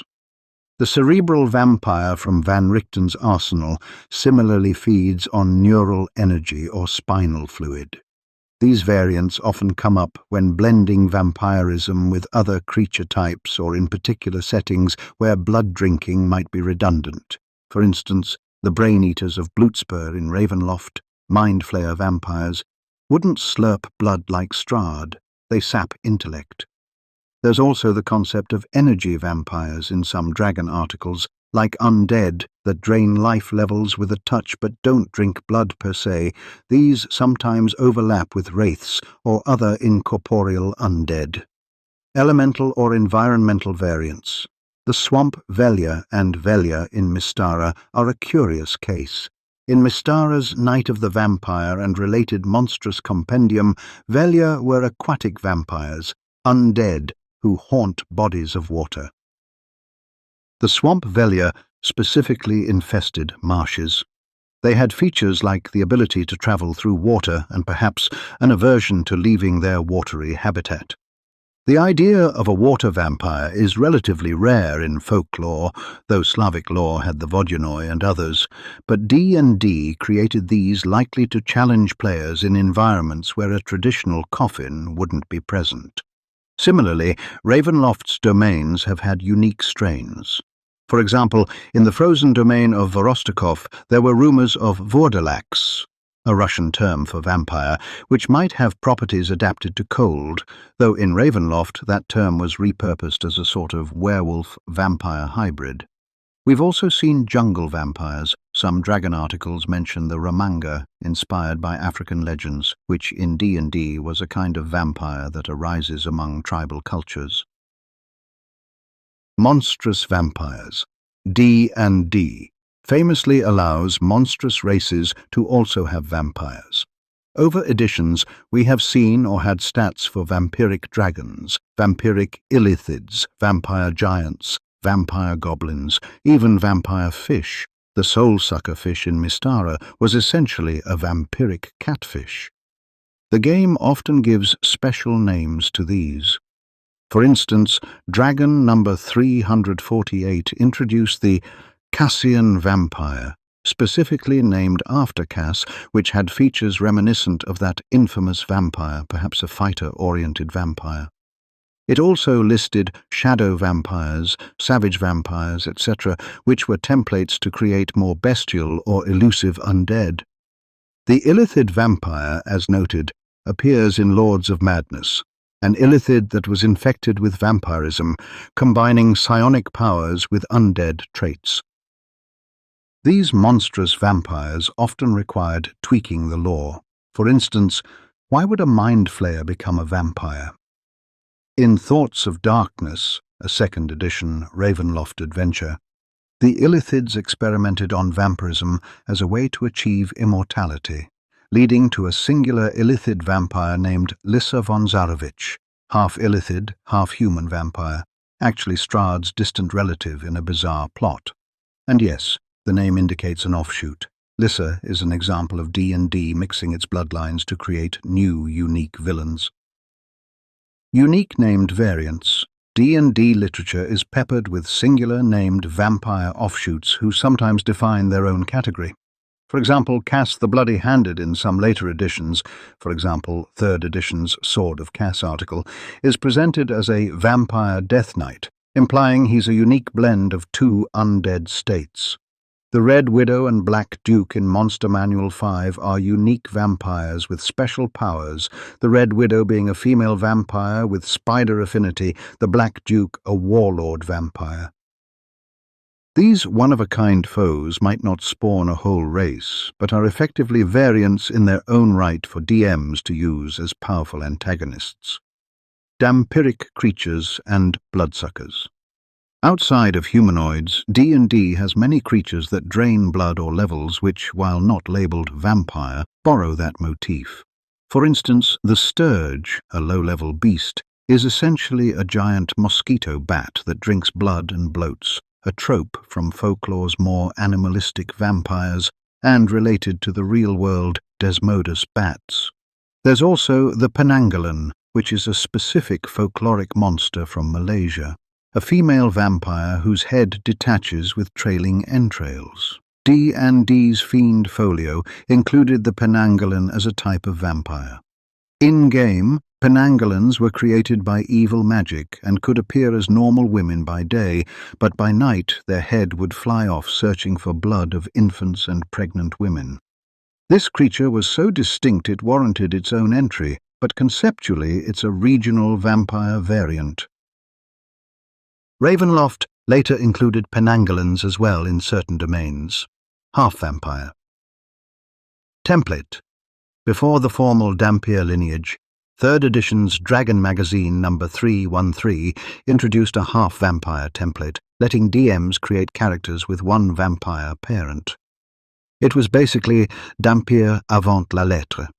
These half-vampires had a bit of charm gaze and a need to drink blood occasionally, but not the full suite of powers or weaknesses.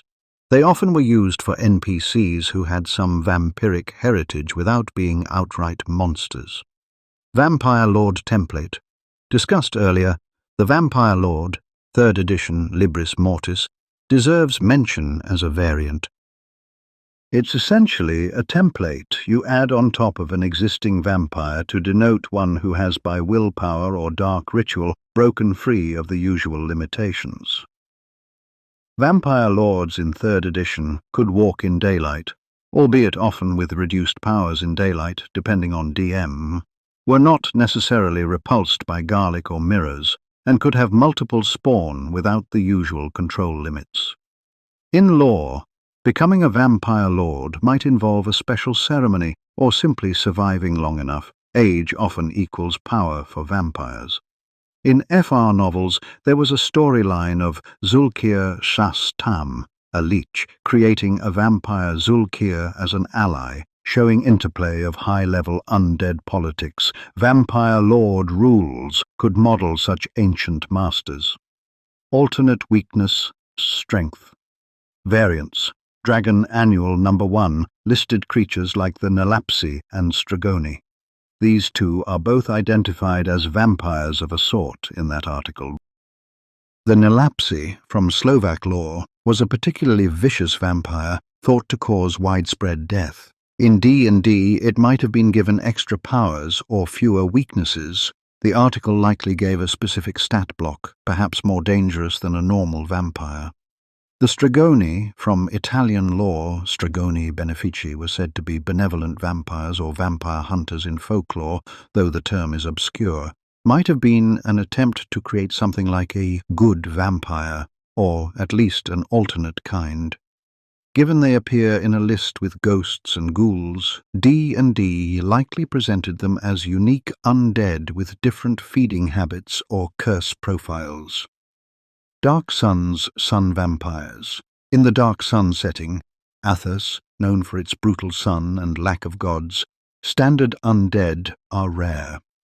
There, something called a sun vampire was described in 2nd edition lore. Not a true vampire, but an undead that drained energy and thrived under the dark sun.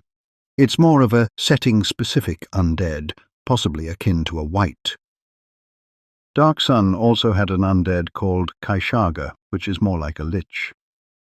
True vampires were almost impossible on Athos due to the sun's intensity and lack of negative plane influence, but a few were hinted, perhaps brought in via dimensional travel. Eberron's Vampire Guardians. Eberron introduced an interesting twist, the Vampire Guardian of the Blood of Volo.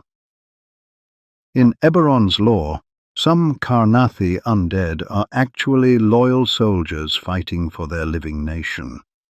While most of those are skeletons or zombies, there were a few vampire knights, notably in the Blade of the Flame novel series, who retained a code of honor. This doesn't make them a separate stat variant, but narratively they're an offshoot. Vampires who aren't automatically murder villains but have a duty, though they still radiate evil due to D&D alignment rules, creating tension. Orcuspawn vampires. Some lore, especially around Domains of Dread or hints from 4th edition, suggests the origin of all vampires ties to Orcus. In 2nd edition's monster mythology, the deity Canchelses is the patron of vampires, but another legend is that Orcus created the first vampire from a demon, or conversely that vampire demon described in early Eldritch Wizardry gave rise to the curse. If one were to incorporate that, one might create an Orcus bloodline vampire variant that has demonic traits, like resistance to fire cold. In 4th edition's epic tier adventure Prince of Undeath, when fighting servants of Orcus, one could imagine Orcus-touched vampires as unique variants, though the adventure focuses on Orcus and liches, not specifically on vampires, since Orcus in D&D is more linked to ghouls via Dorissin. Planar vampires. There have been hints of vampires on other planes, for example, a vampiric illithid on the astral plane or a space vampire in Spelljammer. The latter concept was teased in a polyhedron minigame. Spelljammer had a monster called Stellar Vampire in an old issue, which fed on the life force of star travelers. Pathfinder actually has a void vampire inspired by that. In Planescape, One could encounter spirit vampires on the ethereal, siphoning off spiritual energy. These seldom got full stat blocks in core books, but might appear in magazine articles or fan-made bestiaries. Life force and item. Vampirism, not a creature variant, but worth noting is the concept of vampiric magic items and spells, which extend the idea of draining life. Vampiric Touch is a spell all about that, effectively turning the caster's hand into a conduit to steal HP. There are also cursed items like the Vampiric Sword, which drinks an enemy's blood to heal the wielder. While not vampires themselves, they are offshoots of the vampire theme, showing how prevalent the concept is. In sum, D&D's multiverse of vampires is vast. Each variant or offshoot serves a purpose, some to incorporate folklore, jiangshi, penangalan, some to explore alignment and morality, Nosferatu, dhampirs, and others to simply escalate threats or adapt vampirism to new contexts, vampire dragons or mind flayers. Collectively, these variations add depth. A campaign might begin with a fight against feral vampire spawn terrorizing a village, escalate to an encounter with an ancient Nosferatu wizard who poses a moral quandary, and climax with defeating a vampire lord who turns out to be the puppet of an even darker vampiric abomination, perhaps an illithid vampire seeking to spawn a mind flayer vampiric empire. The D&D rules provide tools to realize all these scenarios, ensuring the concept of vampirism stays fresh and surprising. Thematic and mechanical analysis. Tracing the evolution of vampires in D&D reveals an interplay between mechanical design and thematic intention. Over the editions, game designers have continuously tweaked how vampires work in order to preserve their frightening reputation while keeping the game fun and balanced. Meanwhile, the themes associated with vampires, from campfire horror to complex tragedy, have been emphasized differently at different times, reflecting shifting player interests and wider cultural trends. Mechanics of fear. In early editions, much of a vampire's terror came from its mechanics. The level drain of OD&D/AD&D was arguably the single most terrifying ability in the game's bestiary. Losing experience levels, or hit dice, not only made a character immediately weaker, it permanently erased progress. In an era where gaining each level was a hard-won achievement over many sessions. The rule encapsulated a core horror theme. The vampire literally steals time and life from you. Players genuinely feared vampires because an ill-timed encounter could set their characters back months of advancement. This mechanical fear translated into emotional fear at the table. However, it also had a punitive edge that could sour fun. So, through the years, designers re-evaluated it. By third edition, converting level drain to temporary negative levels, with saving throws to avoid permanence, preserved the sense of peril but injected hope. An approach acknowledging that the story impact of a vampire attack, feeling weaker, needing restoration, could be retained without irrevocably punishing players. By 5th edition, even negative levels were gone, replaced by max HP reduction, a condition that naturally heals over time. This reflects the overall trend in D&D design toward less punitive mechanics, focusing on recoverable setbacks rather than permanent ruin. Thematically, one could argue 5th edition's approach makes the vampire's bite feel more like a disease or poison you recover after a good rest, whereas AD&D's was more like a metaphysical doom. Some old-school purists lament the loss of level drain's dread, but for many modern players, the change means encounters can be thrilling without being demoralizing. It's an adjustment of fear versus frustration. Modern design tries to keep fear high but frustration low. Weaknesses and balance. Another mechanical evolution is how the game handles vampire weaknesses and counters. In AD&D, certain items, garlic, mirror, holy symbol, would make a vampire recoil or even flee if strongly presented by a righteous character. This gave players non-combat tools to even the odds. 3rd edition codified some of this. Turning destroy by clerics, for example, is a concrete mechanic. 4th edition and 5th edition, while including garlic and mirrors in descriptive text, often leave it to DM adjudication how effective those are, focusing more on the big ones, sunlight and running water. One interesting contrast is sunlight. Older editions often had instant death for vampire caught in sunlight, where newer editions cause rapid damage over rounds. The instant kill was dramatic, but could be swingy. For instance, one lucky daylight spell could trivialize a fight. The gradual damage in 5th edition allows vampires to still take actions for a short moment in sunlight, perhaps just enough to howl and retreat smoking into the shadows. Cinematically satisfying, yet still clearly making sunlight something they cannot endure. This indicates D&D's progression towards more dynamic encounters. Rather than binary states, vampire is either perfectly fine or utterly destroyed. There are states of weakness that can be exploited. This creates more interesting tactical play.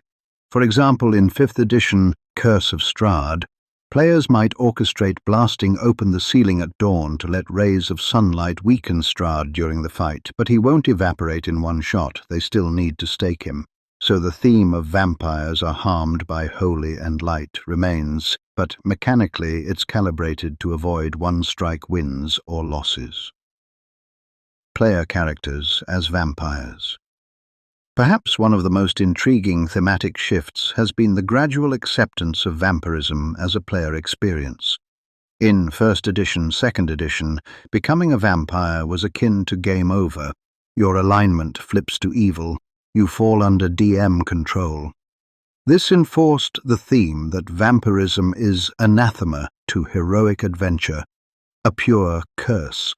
However, as RPGs matured, and especially with the 1990s love of the monster's perspective, Vampire, The Masquerade, Anne Rice novels, etc., D&D cautiously explored this with options like the Reborn Vampire kits, or just by providing rules for intelligent undead PCs in Ravenloft, Mask of the Red Death, where you could say, be a reluctantly cursed vampire. By 3rd edition, templates allowed a willing DM to integrate a vampire PC by treating it like multiclassing into an LA+8 race. Cumbersome, but possible. The 4th edition vampire class swung the door open, essentially saying, yes, you can start as a vampire, here's how. This was a major thematic shift. It reframed vampirism as not strictly villainous, but potentially a power one could harness for good, albeit with dark temptations. The 4th edition narrative around the vampire class even provided an out. Maybe your character has a dark gift or was sired but retains free will. In 5th edition, the introduction of dhampir lineage continues that approach in a refined way. Rather than full undead PCs, you have this middle ground that lets you play out vampiric themes, hunger, social alienation, supernatural powers, without the full baggage. Thematically, this aligns with broader genre trends. By the 21st century, audiences are very familiar with the idea of the good vampire or the vampire with a soul, thanks to pop culture like Buffy, Angel, Twilight, etc. D&D has carefully incorporated that without abandoning its roots. Strahd is still a demonic evil in 5th edition. There's no whitewashing of what a true vampire lord is. But the possibility space has widened for players and DMs to tell stories of cursed heroism or tragic anti-heroes. It's a testament to the flexibility of the vampire mythos, that it can be both the ultimate evil and a playable race. Horror versus power. Fantasy. One tension in depicting vampires is whether they serve the horror genre or the power fantasy side of D&D. In the earliest days, D&D was unabashedly about slaying monsters and getting treasure, and vampires were monsters to be slain, albeit with difficulty. The horror came from their difficulty and the spooky trappings, but ultimately the players were the heroes vanquishing evil. Ravenloft tilted that formula, immersing players in a world where they were outclassed, constantly on the back foot, and the mood was suspenseful and eerie. Ravenloft's success meant that horror as a genre became a part of D&D's repertoire. Throughout 2nd edition, this was formalized. Adventuring in Ravenloft had special rules: fear, horror, and madness checks, dark powers tempting you to enforce that players weren't just on a heroic power trip, they were in a domain governed by story and atmosphere, often survival horror more than high adventure. A vampire encounter in Ravenloft might be meant to be fled from or only resolved after a long investigation and procuring specific holy relics. Conversely, in something like Forgotten Realms, a vampire might just be one more boss on the way to saving the world, dispatched with fireballs and sword blows like any foe. Though FR authors usually treat vampires with appropriate gravitas as well. For example, the Moonsea's vampiress Jai in Crimson Gold novel is a major threat, not disposable. 4th edition's approach, emphasizing balance and combat set pieces, naturally made even horror monsters more combat encounter-ish. Some critics felt this diminished horror.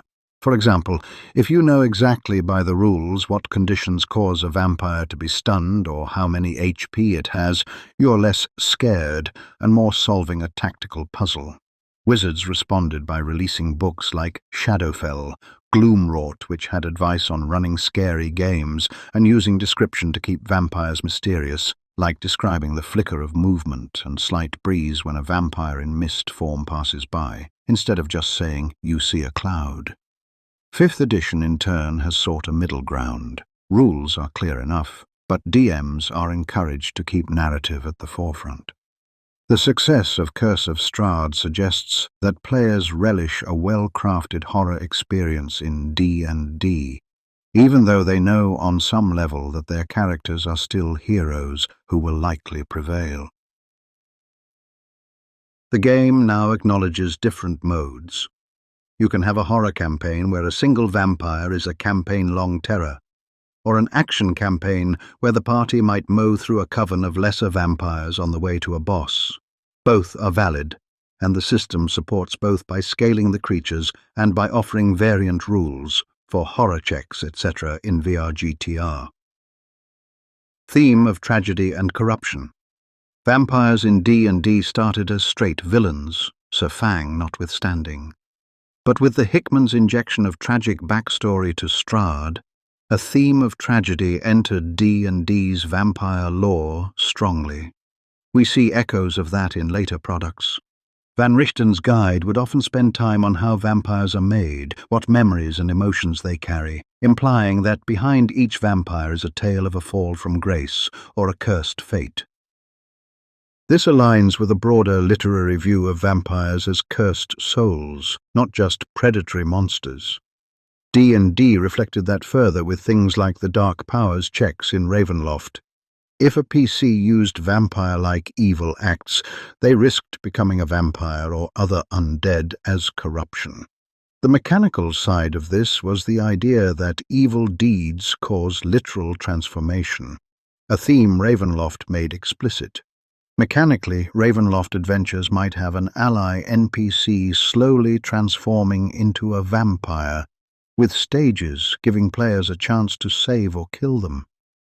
This blending of theme and mechanic underscores a core D&D ethos. The game is at its best when mechanics reinforce story.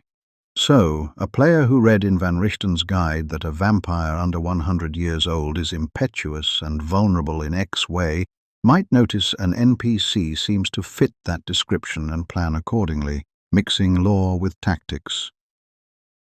Cultural literacy and expectations. Over time, D&D has had to contend with players' increasing knowledge of vampire tropes. In 1974, a player might not immediately guess all the ways to kill a vampire, but by 2025, any new player likely knows stake the heart, avoid the gaze, etc. To keep vampires challenging, DMS often have to innovate or play on expectations. The rules themselves have added surprises. For example, in 3rd edition, a vampire could have class levels in an unexpected class. Imagine a vampire monk with high speed and lethal unarmed strikes. That's not in the classic playbook. Or in 5th edition, regional effects and lair actions mean fighting a vampire in its lair is a multi-layered hazard. Mists coil, wolves howl on a failed save, etc. Catching players off guard beyond the stat block. Theme-wise, some adventures use false leads or shapeshifters to exploit vampire lore. An example is an adventure where the party thinks a vampire is culpable, but finds out it was something else using the vampire's legend as cover, a subversion that only works because the baseline of vampire expectations is strong. Influence of broader media. D&Ds. Vampire evolution doesn't happen in isolation. As mentioned, White Wolf's World of Darkness likely influenced how 2nd edition and 3rd edition Ravenloft leaned into the societal and psychological aspects of vampirism. Van Richten's guides read almost like in-world ethnographies of undead, similar to how Wodie splatbooks analyze their clans.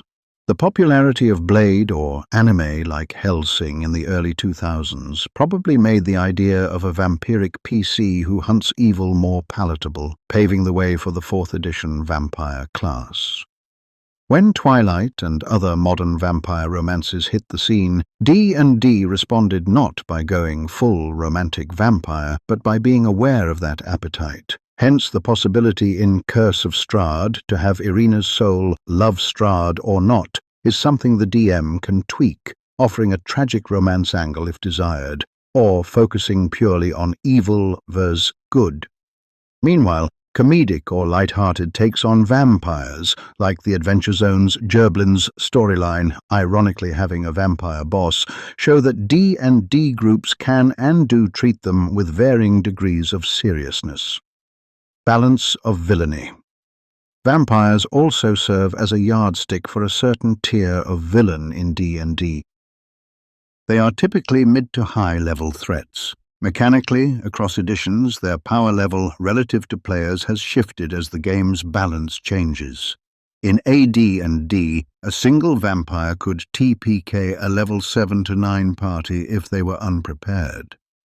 In 3rd edition, a vampire of CR9 was a suitable but not insurmountable boss for a level 9 party, assuming some party members had magic and fortitude.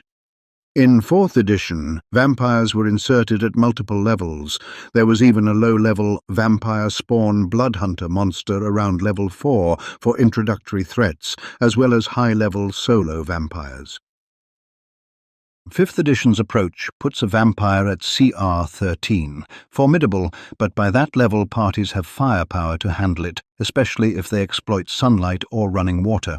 So one could say mechanically the relative threat of a vampire has been normalized. It's no longer a godlike terror unless you as DM make it one, like giving legendary status to Strahd.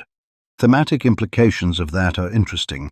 Early D&D often emphasized that undead are among the worst foes because they defy death, require specific solutions. In modern D&D, undead are still scary, but the system ensures that even if they're scary, they're beatably scary.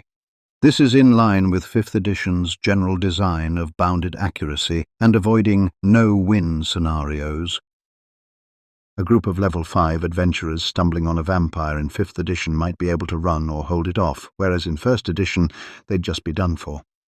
The theme is thus slightly less unkillable supernatural predator and more elite boss of the night. DMs who want the older feel can always adjust, for example by making a vampire higher CR or giving it additional lair actions that mimic 1st edition deadliness. In conclusion, the mechanical evolution of D&D vampires, from lethal level drainers to flexible templates to balanced but fearsome legends, reflects D&D's journey as a game, from gritty wargame roots to storytelling platform for varied tastes. The thematic journey, From stock monster to tragic anti-hero to omnipresent pop culture icon, reflects our own society's changing relationship with the vampire myth. D&D has managed to absorb these changes and keep vampires relevant in every edition.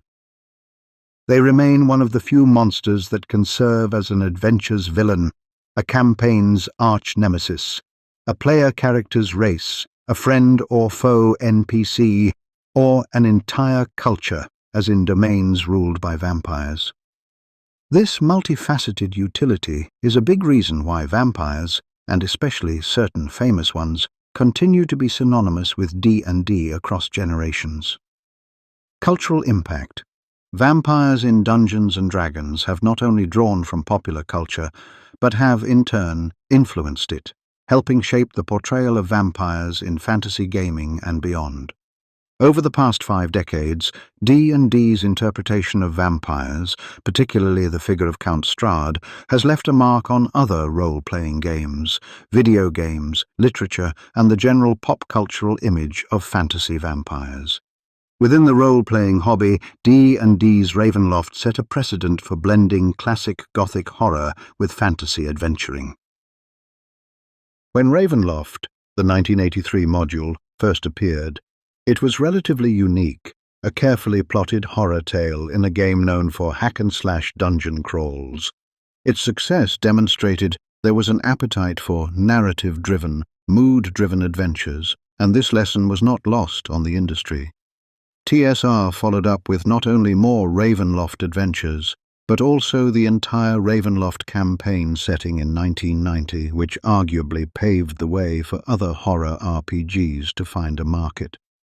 It's often noted that White Wolf's Vampire the Masquerade and other World of Darkness games emerged shortly after Ravenloft became prominent.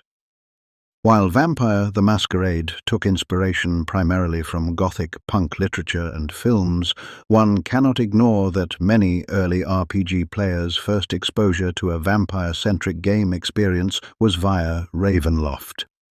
The idea of playing nuanced vampires or engaging deeply with vampire politics in RPGs became mainstream in the 90s, and Ravenloft's popularity was part of the cultural zeitgeist that made that possible. Indeed, Strahd von Zarovich prefigured the notion of the vampire anti-hero in RPGs. As Grognardia noted, he was an angst-ridden figure before those became staples of the hobby. The success of Ravenloft likely gave others confidence that gamers would invest emotionally in a vampire NPC or even want to portray vampires themselves. In fantasy literature and D&D tie-in fiction, D&D's portrayal of vampires has given us memorable characters who sometimes transcend the game. The novels set in Ravenloft, such as I, Strahd by P.N. Elrod, Vampire of the Mists by Christie Golden, and others in the 1990s, not only expanded Strahd's fame, but also added to the wider genre of vampire fiction. I, Strahd in particular, is often recommended to vampire literature fans, not just D&D fans, because it stands on its own as a compelling vampire memoir. These novels often emphasized the tragic and romantic elements of the vampire myth, perhaps more so than the game itself did, thereby feeding back into the broader vampire romance trend of the 90s and 2000s. One could argue that Vampire of the Mists, which features an elven vampire protagonist, was ahead of its time in depicting a sympathetic vampire hero trying to atone, a theme that later became commonplace in shows like Angel or novels like Twilight.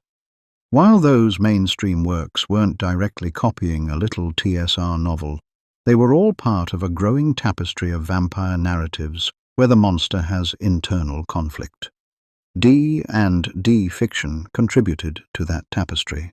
Video games in the late 90s and early 2000s, especially CRPGs, frequently borrowed from D&D's monster lore for their design. Games like Diablo, Blizzard, 1996, and Elder Scrolls series incorporated vampires with mechanics reminiscent of D&D, For example, in Elder Scrolls, vampires are hurt by sunlight and have to feed to maintain abilities, a dynamic likely influenced by the popular conception of vampires which D&D helped reinforce. In particular, Baldur's Gate 2, being a high-profile game, disseminated the trope of vampire enemies that drain levels and require special measures to a generation of gamers beyond the tabletop. Players who never played AD&D nonetheless became acquainted with the fear of level drain through that game. The notion in gaming that vampires will mess you up by sapping your strength's levels is now almost common law, echoed in various fantasy games. For instance, the Castlevania series, while more influenced by classic horror and Japanese folklore, eventually incorporated RPG elements, where vampire enemies might reduce your stats temporarily. Those ideas swirling around owe a debt to how foundational D&D made certain vampire traits in the gaming lexicon. Another cultural impact is how D&D's iconic vampire characters have crossed into other media. Strahd von Zarovich, in particular, has appeared outside of just game products. He cameoed in the 1980s D&D cartoon indirectly. While not by name, there's an episode, The Treasure of Tardos, featuring a vampire-like villain in a castle, certainly a nod to Ravenloft.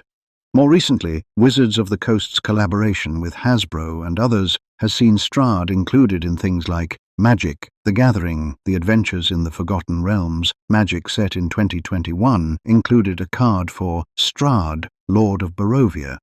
Strahd also appears in the IDW comic series Shadows of the Vampire, which has the critical role characters encountering him in Ravenloft. By becoming the D&D vampire, Strahd's persona, the brooding, aristocratic Dark Lord with a tragic love story, reinforces the archetype in the minds of fans, perhaps even more strongly than Dracula in some circles. Indeed, among RPG players, a comparison might be drawn. Strahd is to D&D as Dracula is to universal horror, the definitive vampire figure of the franchise.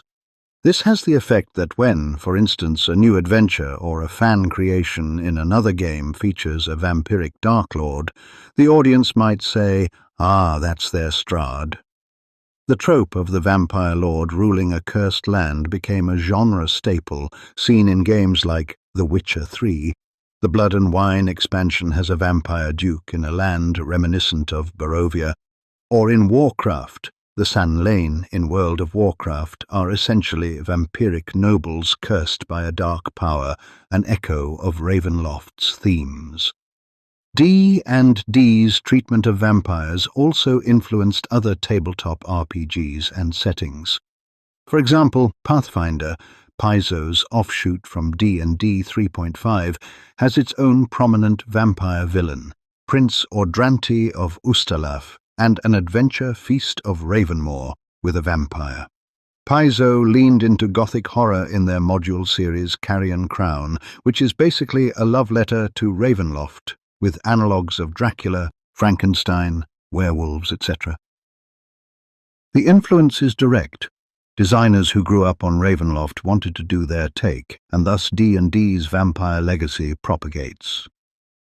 In terms of pop culture perception of vampires, D&D contributed to the composite image, especially of the vampire lord archetype. The general public, when thinking of a fantasy vampire, might imagine something not just from Dracula, but also bits of what D&D popularized. The idea of a whole castle with traps and an evil plan. Ravenloft likely helped cement the concept of the vampire's castle as a dungeon, an idea that recurs in many video games and stories. The imagery of adventurers with holy symbols, stakes and spells facing off against a count in a cape atop a battlement in a storm, that iconic scene which D&D practically patented in Ravenloft's cover art, shows up in countless D&D illustrations, video game cutscenes and fan art. It's an indelible part of the fantasy genre's iconography now. Moreover, D&D's inclusion of vampiric creatures beyond humans, like vampire elves, dwarves, illithids, has filtered into other fantasy works which now conceive of vampirism as a condition that could affect any species, an idea which wasn't common in early Gothic literature, where vampires were very specifically human, usually aristocrats. Now, in many fantasy worlds, for example, Warhammer or Elder Scrolls, you have vampire orcs, vampire lizard folk, etc., an inclusivity of the concept that D&D spearheaded through its template approach. This broadens the cultural concept of vampire to be more than just the Transylvanian count. It's a curse or virus of undeath that can take myriad forms. Finally, we consider how the popularity of D&D 5th edition, which has reached unprecedented mainstream levels, is bringing its version of vampires to wide audiences through live play streams, podcasts, and YouTube series. Shows like Critical Role have run Ravenloft one-shots. Dice Camera Action ran a full Curse of Strahd campaign with tens of thousands of viewers tuning in. Strahd, as portrayed by DM Chris Perkins in that series, became an internet sensation among D&D fans, his dry wit and menacing charm spawning memes like "Had Not Our Valentine" around Valentine's Day. This mimetic presence increases the cultural footprint of D&D's vampire, making Strahd nearly as recognizable as iconic D&D characters like Drizzt or Vecna. Indeed, when the Netflix show Stranger Things named its big villain Vecna a D&D nod, one wonders if we'll ever see a future season featuring a vampire named Strahd terrorizing teenaged heroes. It's not off the table given the show's love of D&D lore. In summation, D&D's vampires have been both mirror and candle, reflecting popular vampire myths of each era and shining new light that guided creative direction.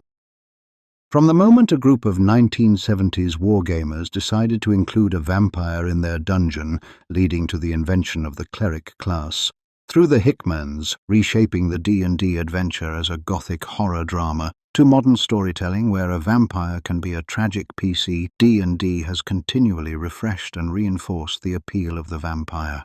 This interplay has ensured that the D&D vampire is not an isolated game construct, but part of the larger fabric of how we tell vampire stories in contemporary fantasy, present day and announced future.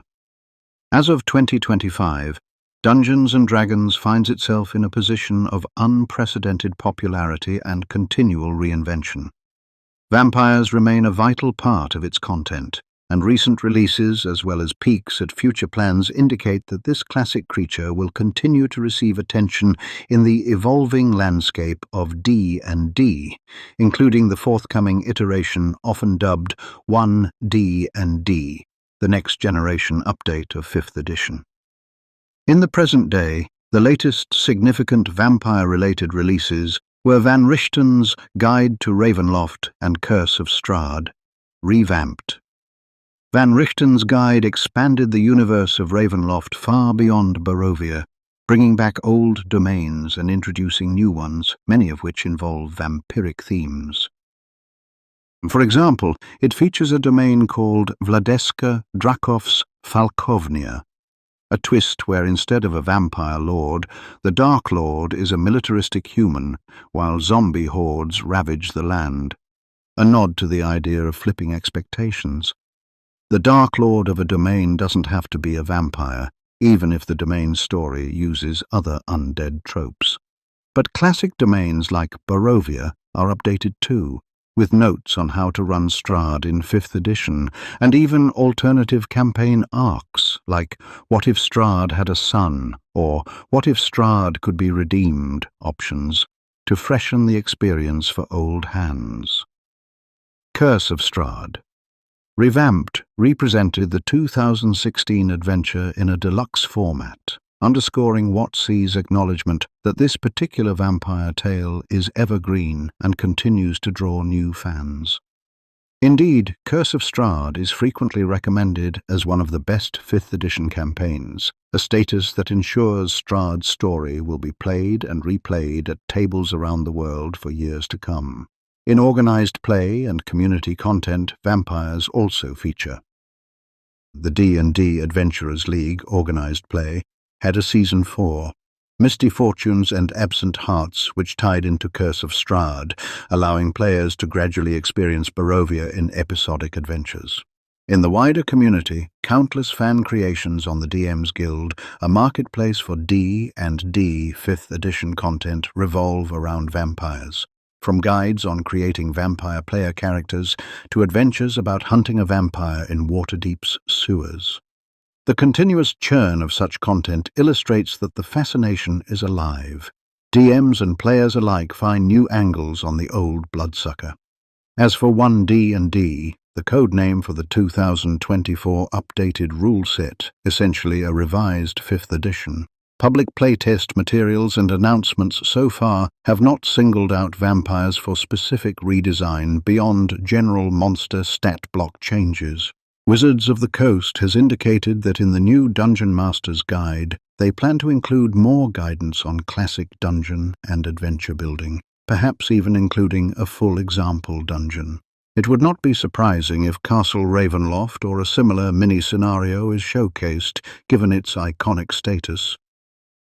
At the very least, one can expect that the Monster Manual 2024 will reprint the vampire entry, possibly with tweaks gleaned from years of feedback.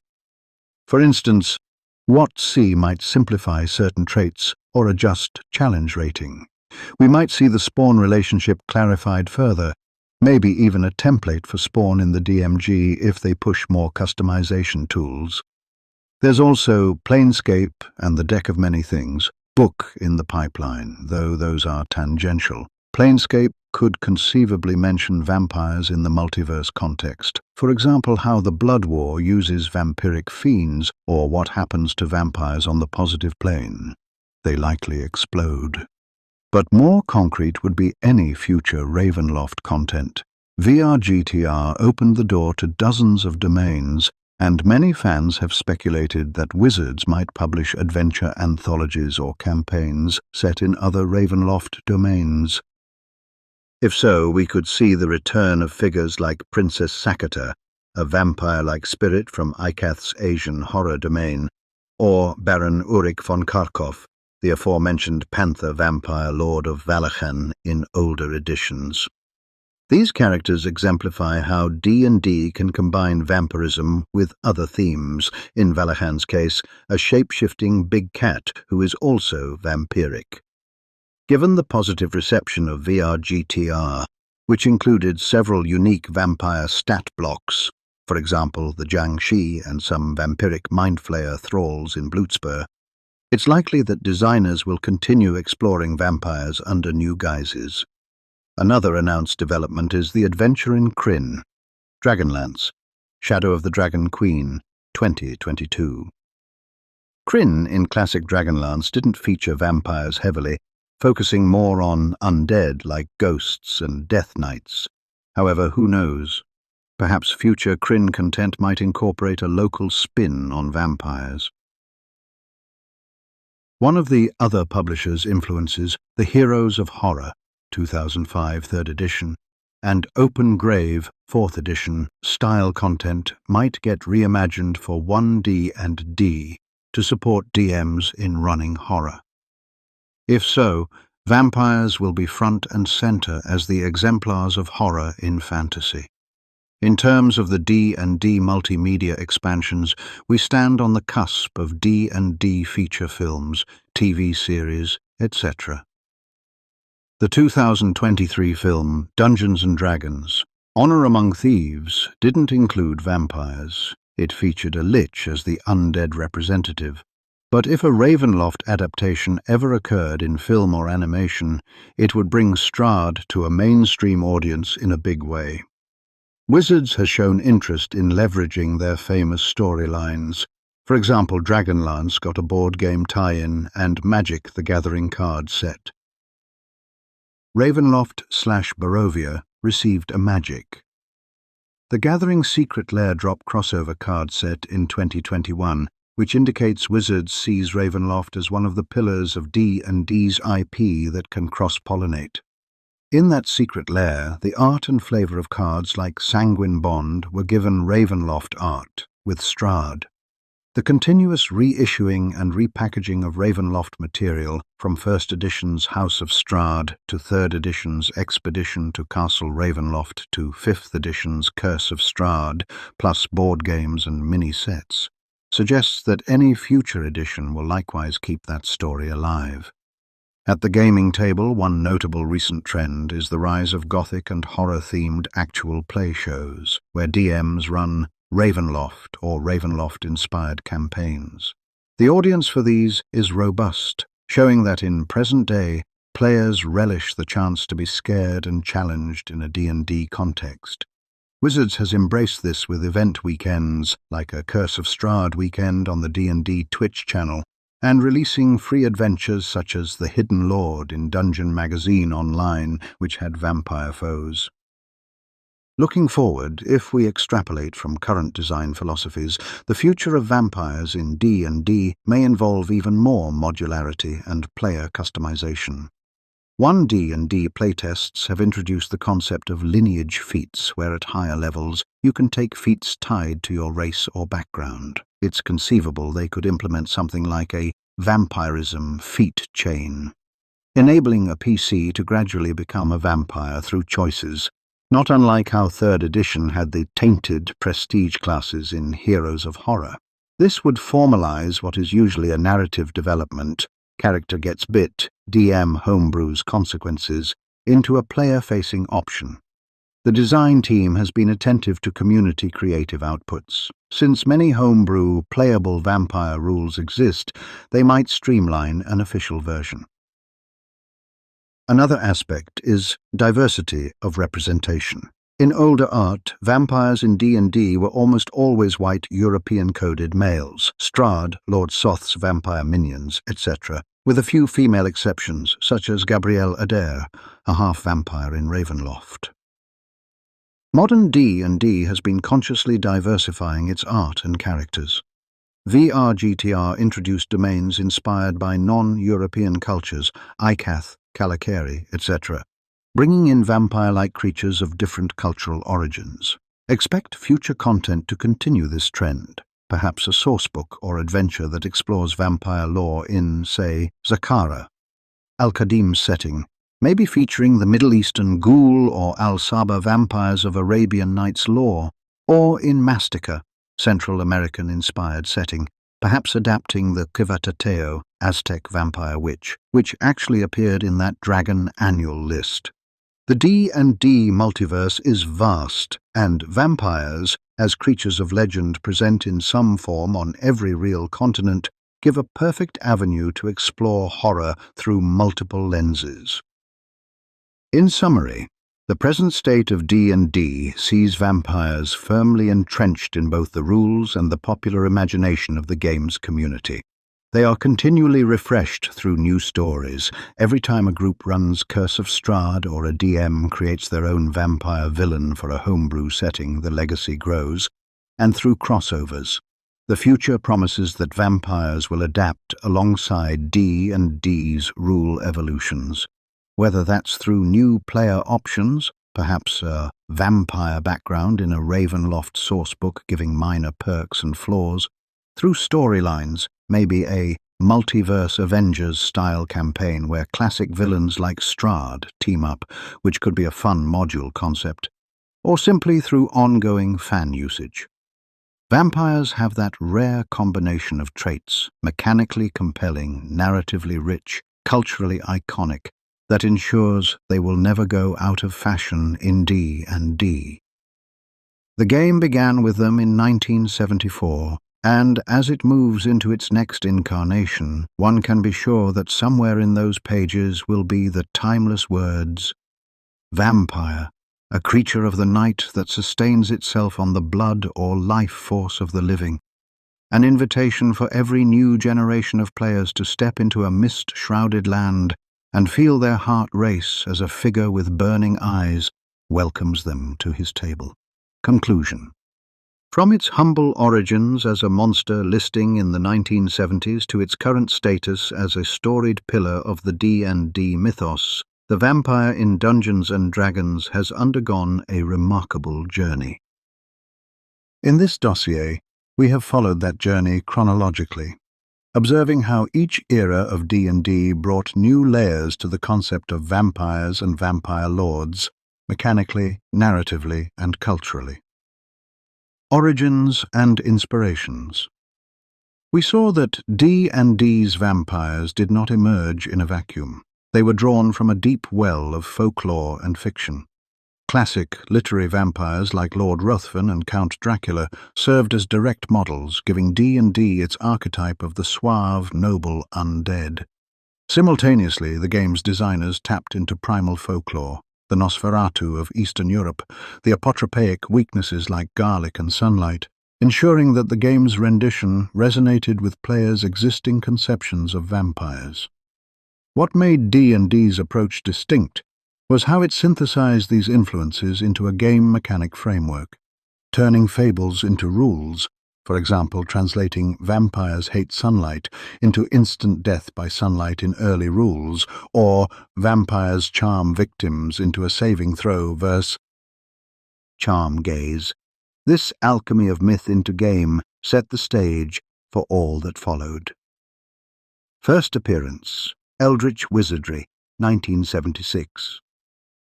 In examining the vampire's formal introduction, we discovered an intriguing paradox.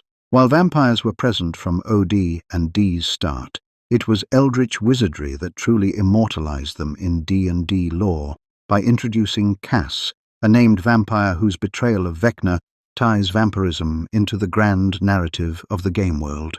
This moment signaled that vampires in D&D could be more than random encounters. They could be woven into the epic tapestry of world history and cosmology. The early mechanics, like level drain, established a reputation for vampires as perhaps the deadliest of the basic monsters, a reputation that would both entice and terrify players for years. The anecdote of the cleric class originating to counter a player's vampire character in Dave Arneson's campaign exemplifies how vampires influenced even the core class design of D&D. Their presence necessitated the creation of a holy warrior to keep them at bay. A D&D First Edition, 1977 to 1988. In the First Edition era, vampires flourished as iconic villains. The Monster Manual depiction cemented their abilities and weaknesses in a codified form, making them a known quantity in the roster of D&D's Great Evils. But it was the Ravenloft module that elevated the vampire from a mere stat block to a fully fledged character with motives, emotions, and a personal story. Strahd von Zarovich emerged not just as a monster to defeat, but as a tragic antagonist one might come to understand even while opposing. This blend of horror and narrative depth was revolutionary in D&D adventures. It proved that a well-crafted vampire villain could carry an entire plot and provide a play experience very different in tone from a traditional dungeon crawl.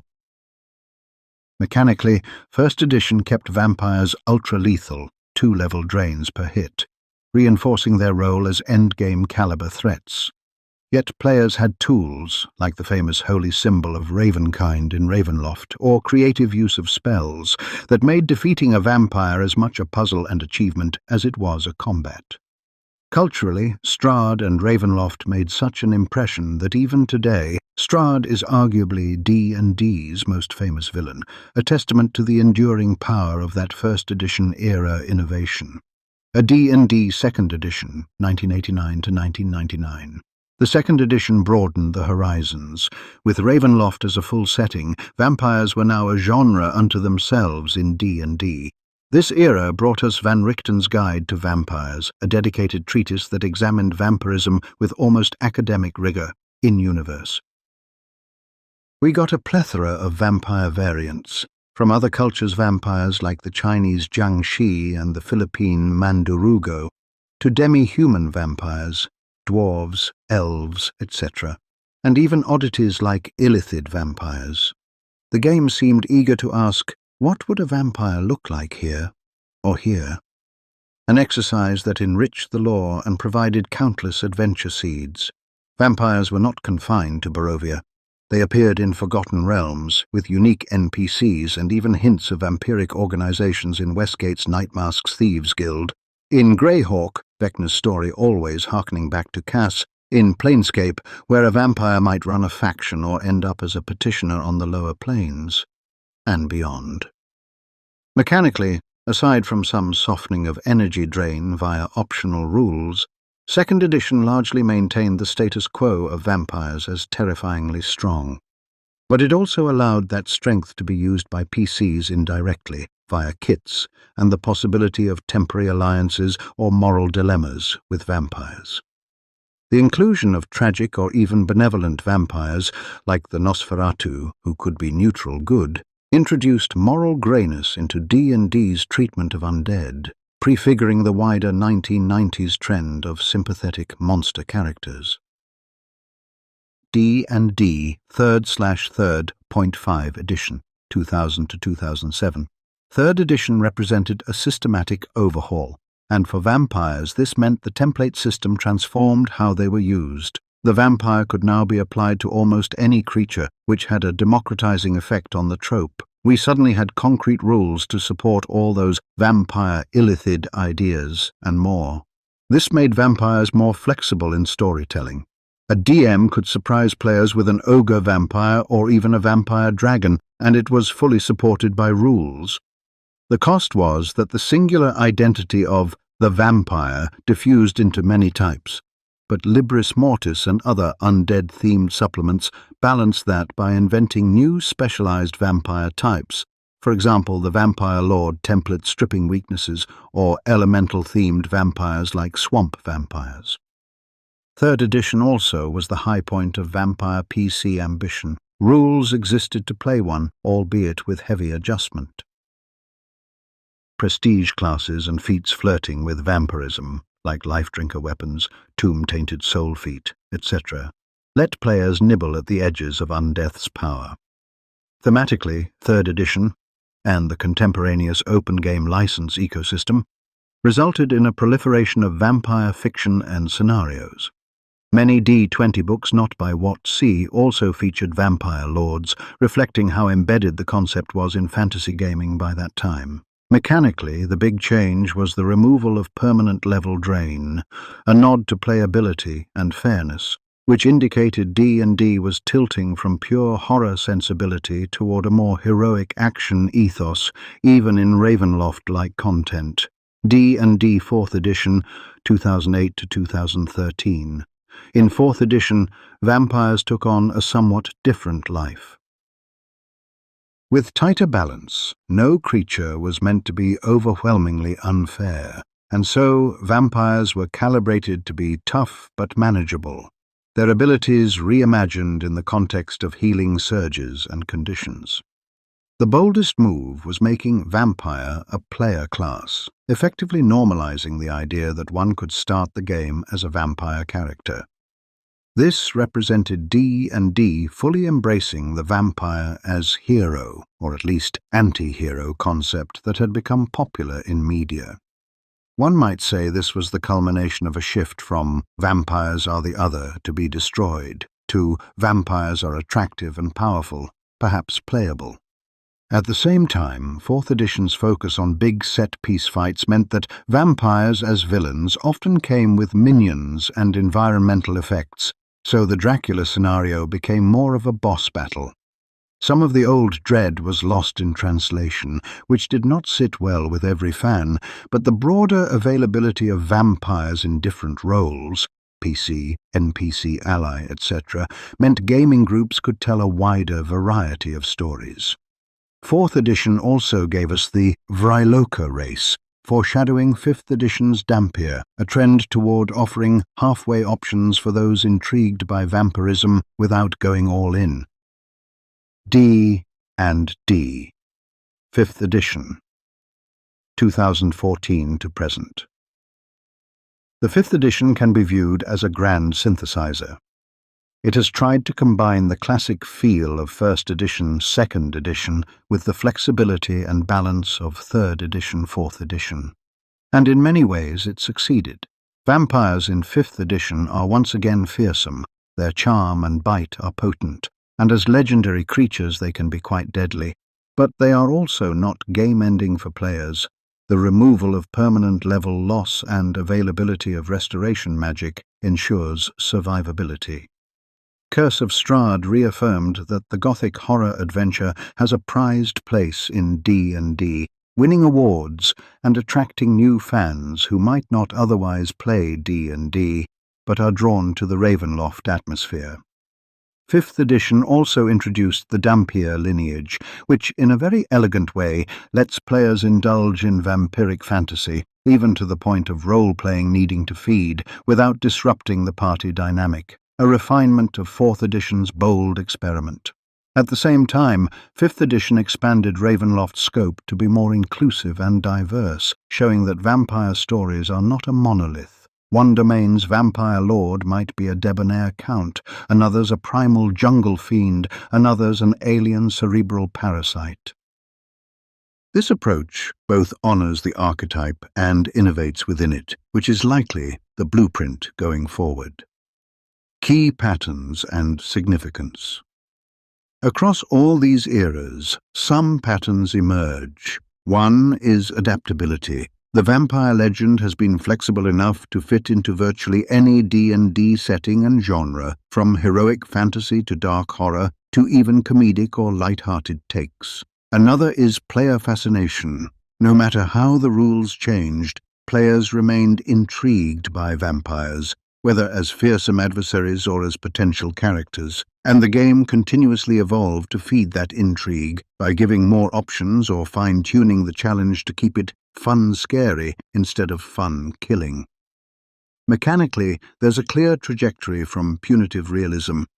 Early editions didn't flinch from making vampires devastating, aligning with the idea that an encounter with a vampire should be lethal if you're not Van Helsing-level prepared. To accessible gamification, modern D&D wants everyone to be able to enjoy a vampire plot, not just the hardcore. Thematically, the journey is from monster of the week to Shakespearean protagonist-antagonist, back to a balanced middle where a vampire in D&D can be molded to whatever story the DM wants. Pure evil to be vanquished, tragic figure to possibly save, or anything in between. The significance of vampires in D&D's mythos cannot be overstated. They are one of the few D&D monsters that have transcended the game to become part of the broad fantasy zeitgeist.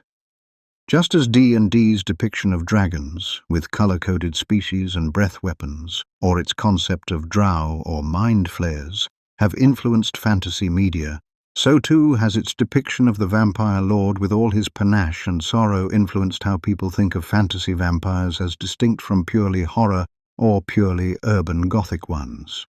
D&D gave us the model of the vampire overlord in a fantasy kingdom, a concept now common in MMORPGs, fantasy novels, and beyond.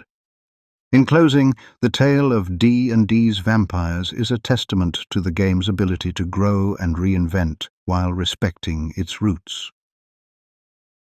A D&D player from 1975 and one from 2025 might play very different editions, but if you drop a vampire into their game, both will perk up with excitement and perhaps a twinge of fear, and both will recognize in that creature the lineage of Count Dracula and Strahd von Zarovich. They will reach for the holy water and the wooden stake, rally their comrades, and steel themselves against the charm in those glowing red eyes. And whether the dice roll in their favor or not, they'll have experienced one of fantasy's most enduring battles, heroes versus the creatures of the night, in the unique and storied way that only Dungeons and Dragons can offer. If you enjoyed this deep dive into D&D lore, please consider liking the video and subscribing for more adventures into the realms of Dungeons and Dragons. Until next time, keep rolling those dice, and perhaps our paths will cross again at the crossroads.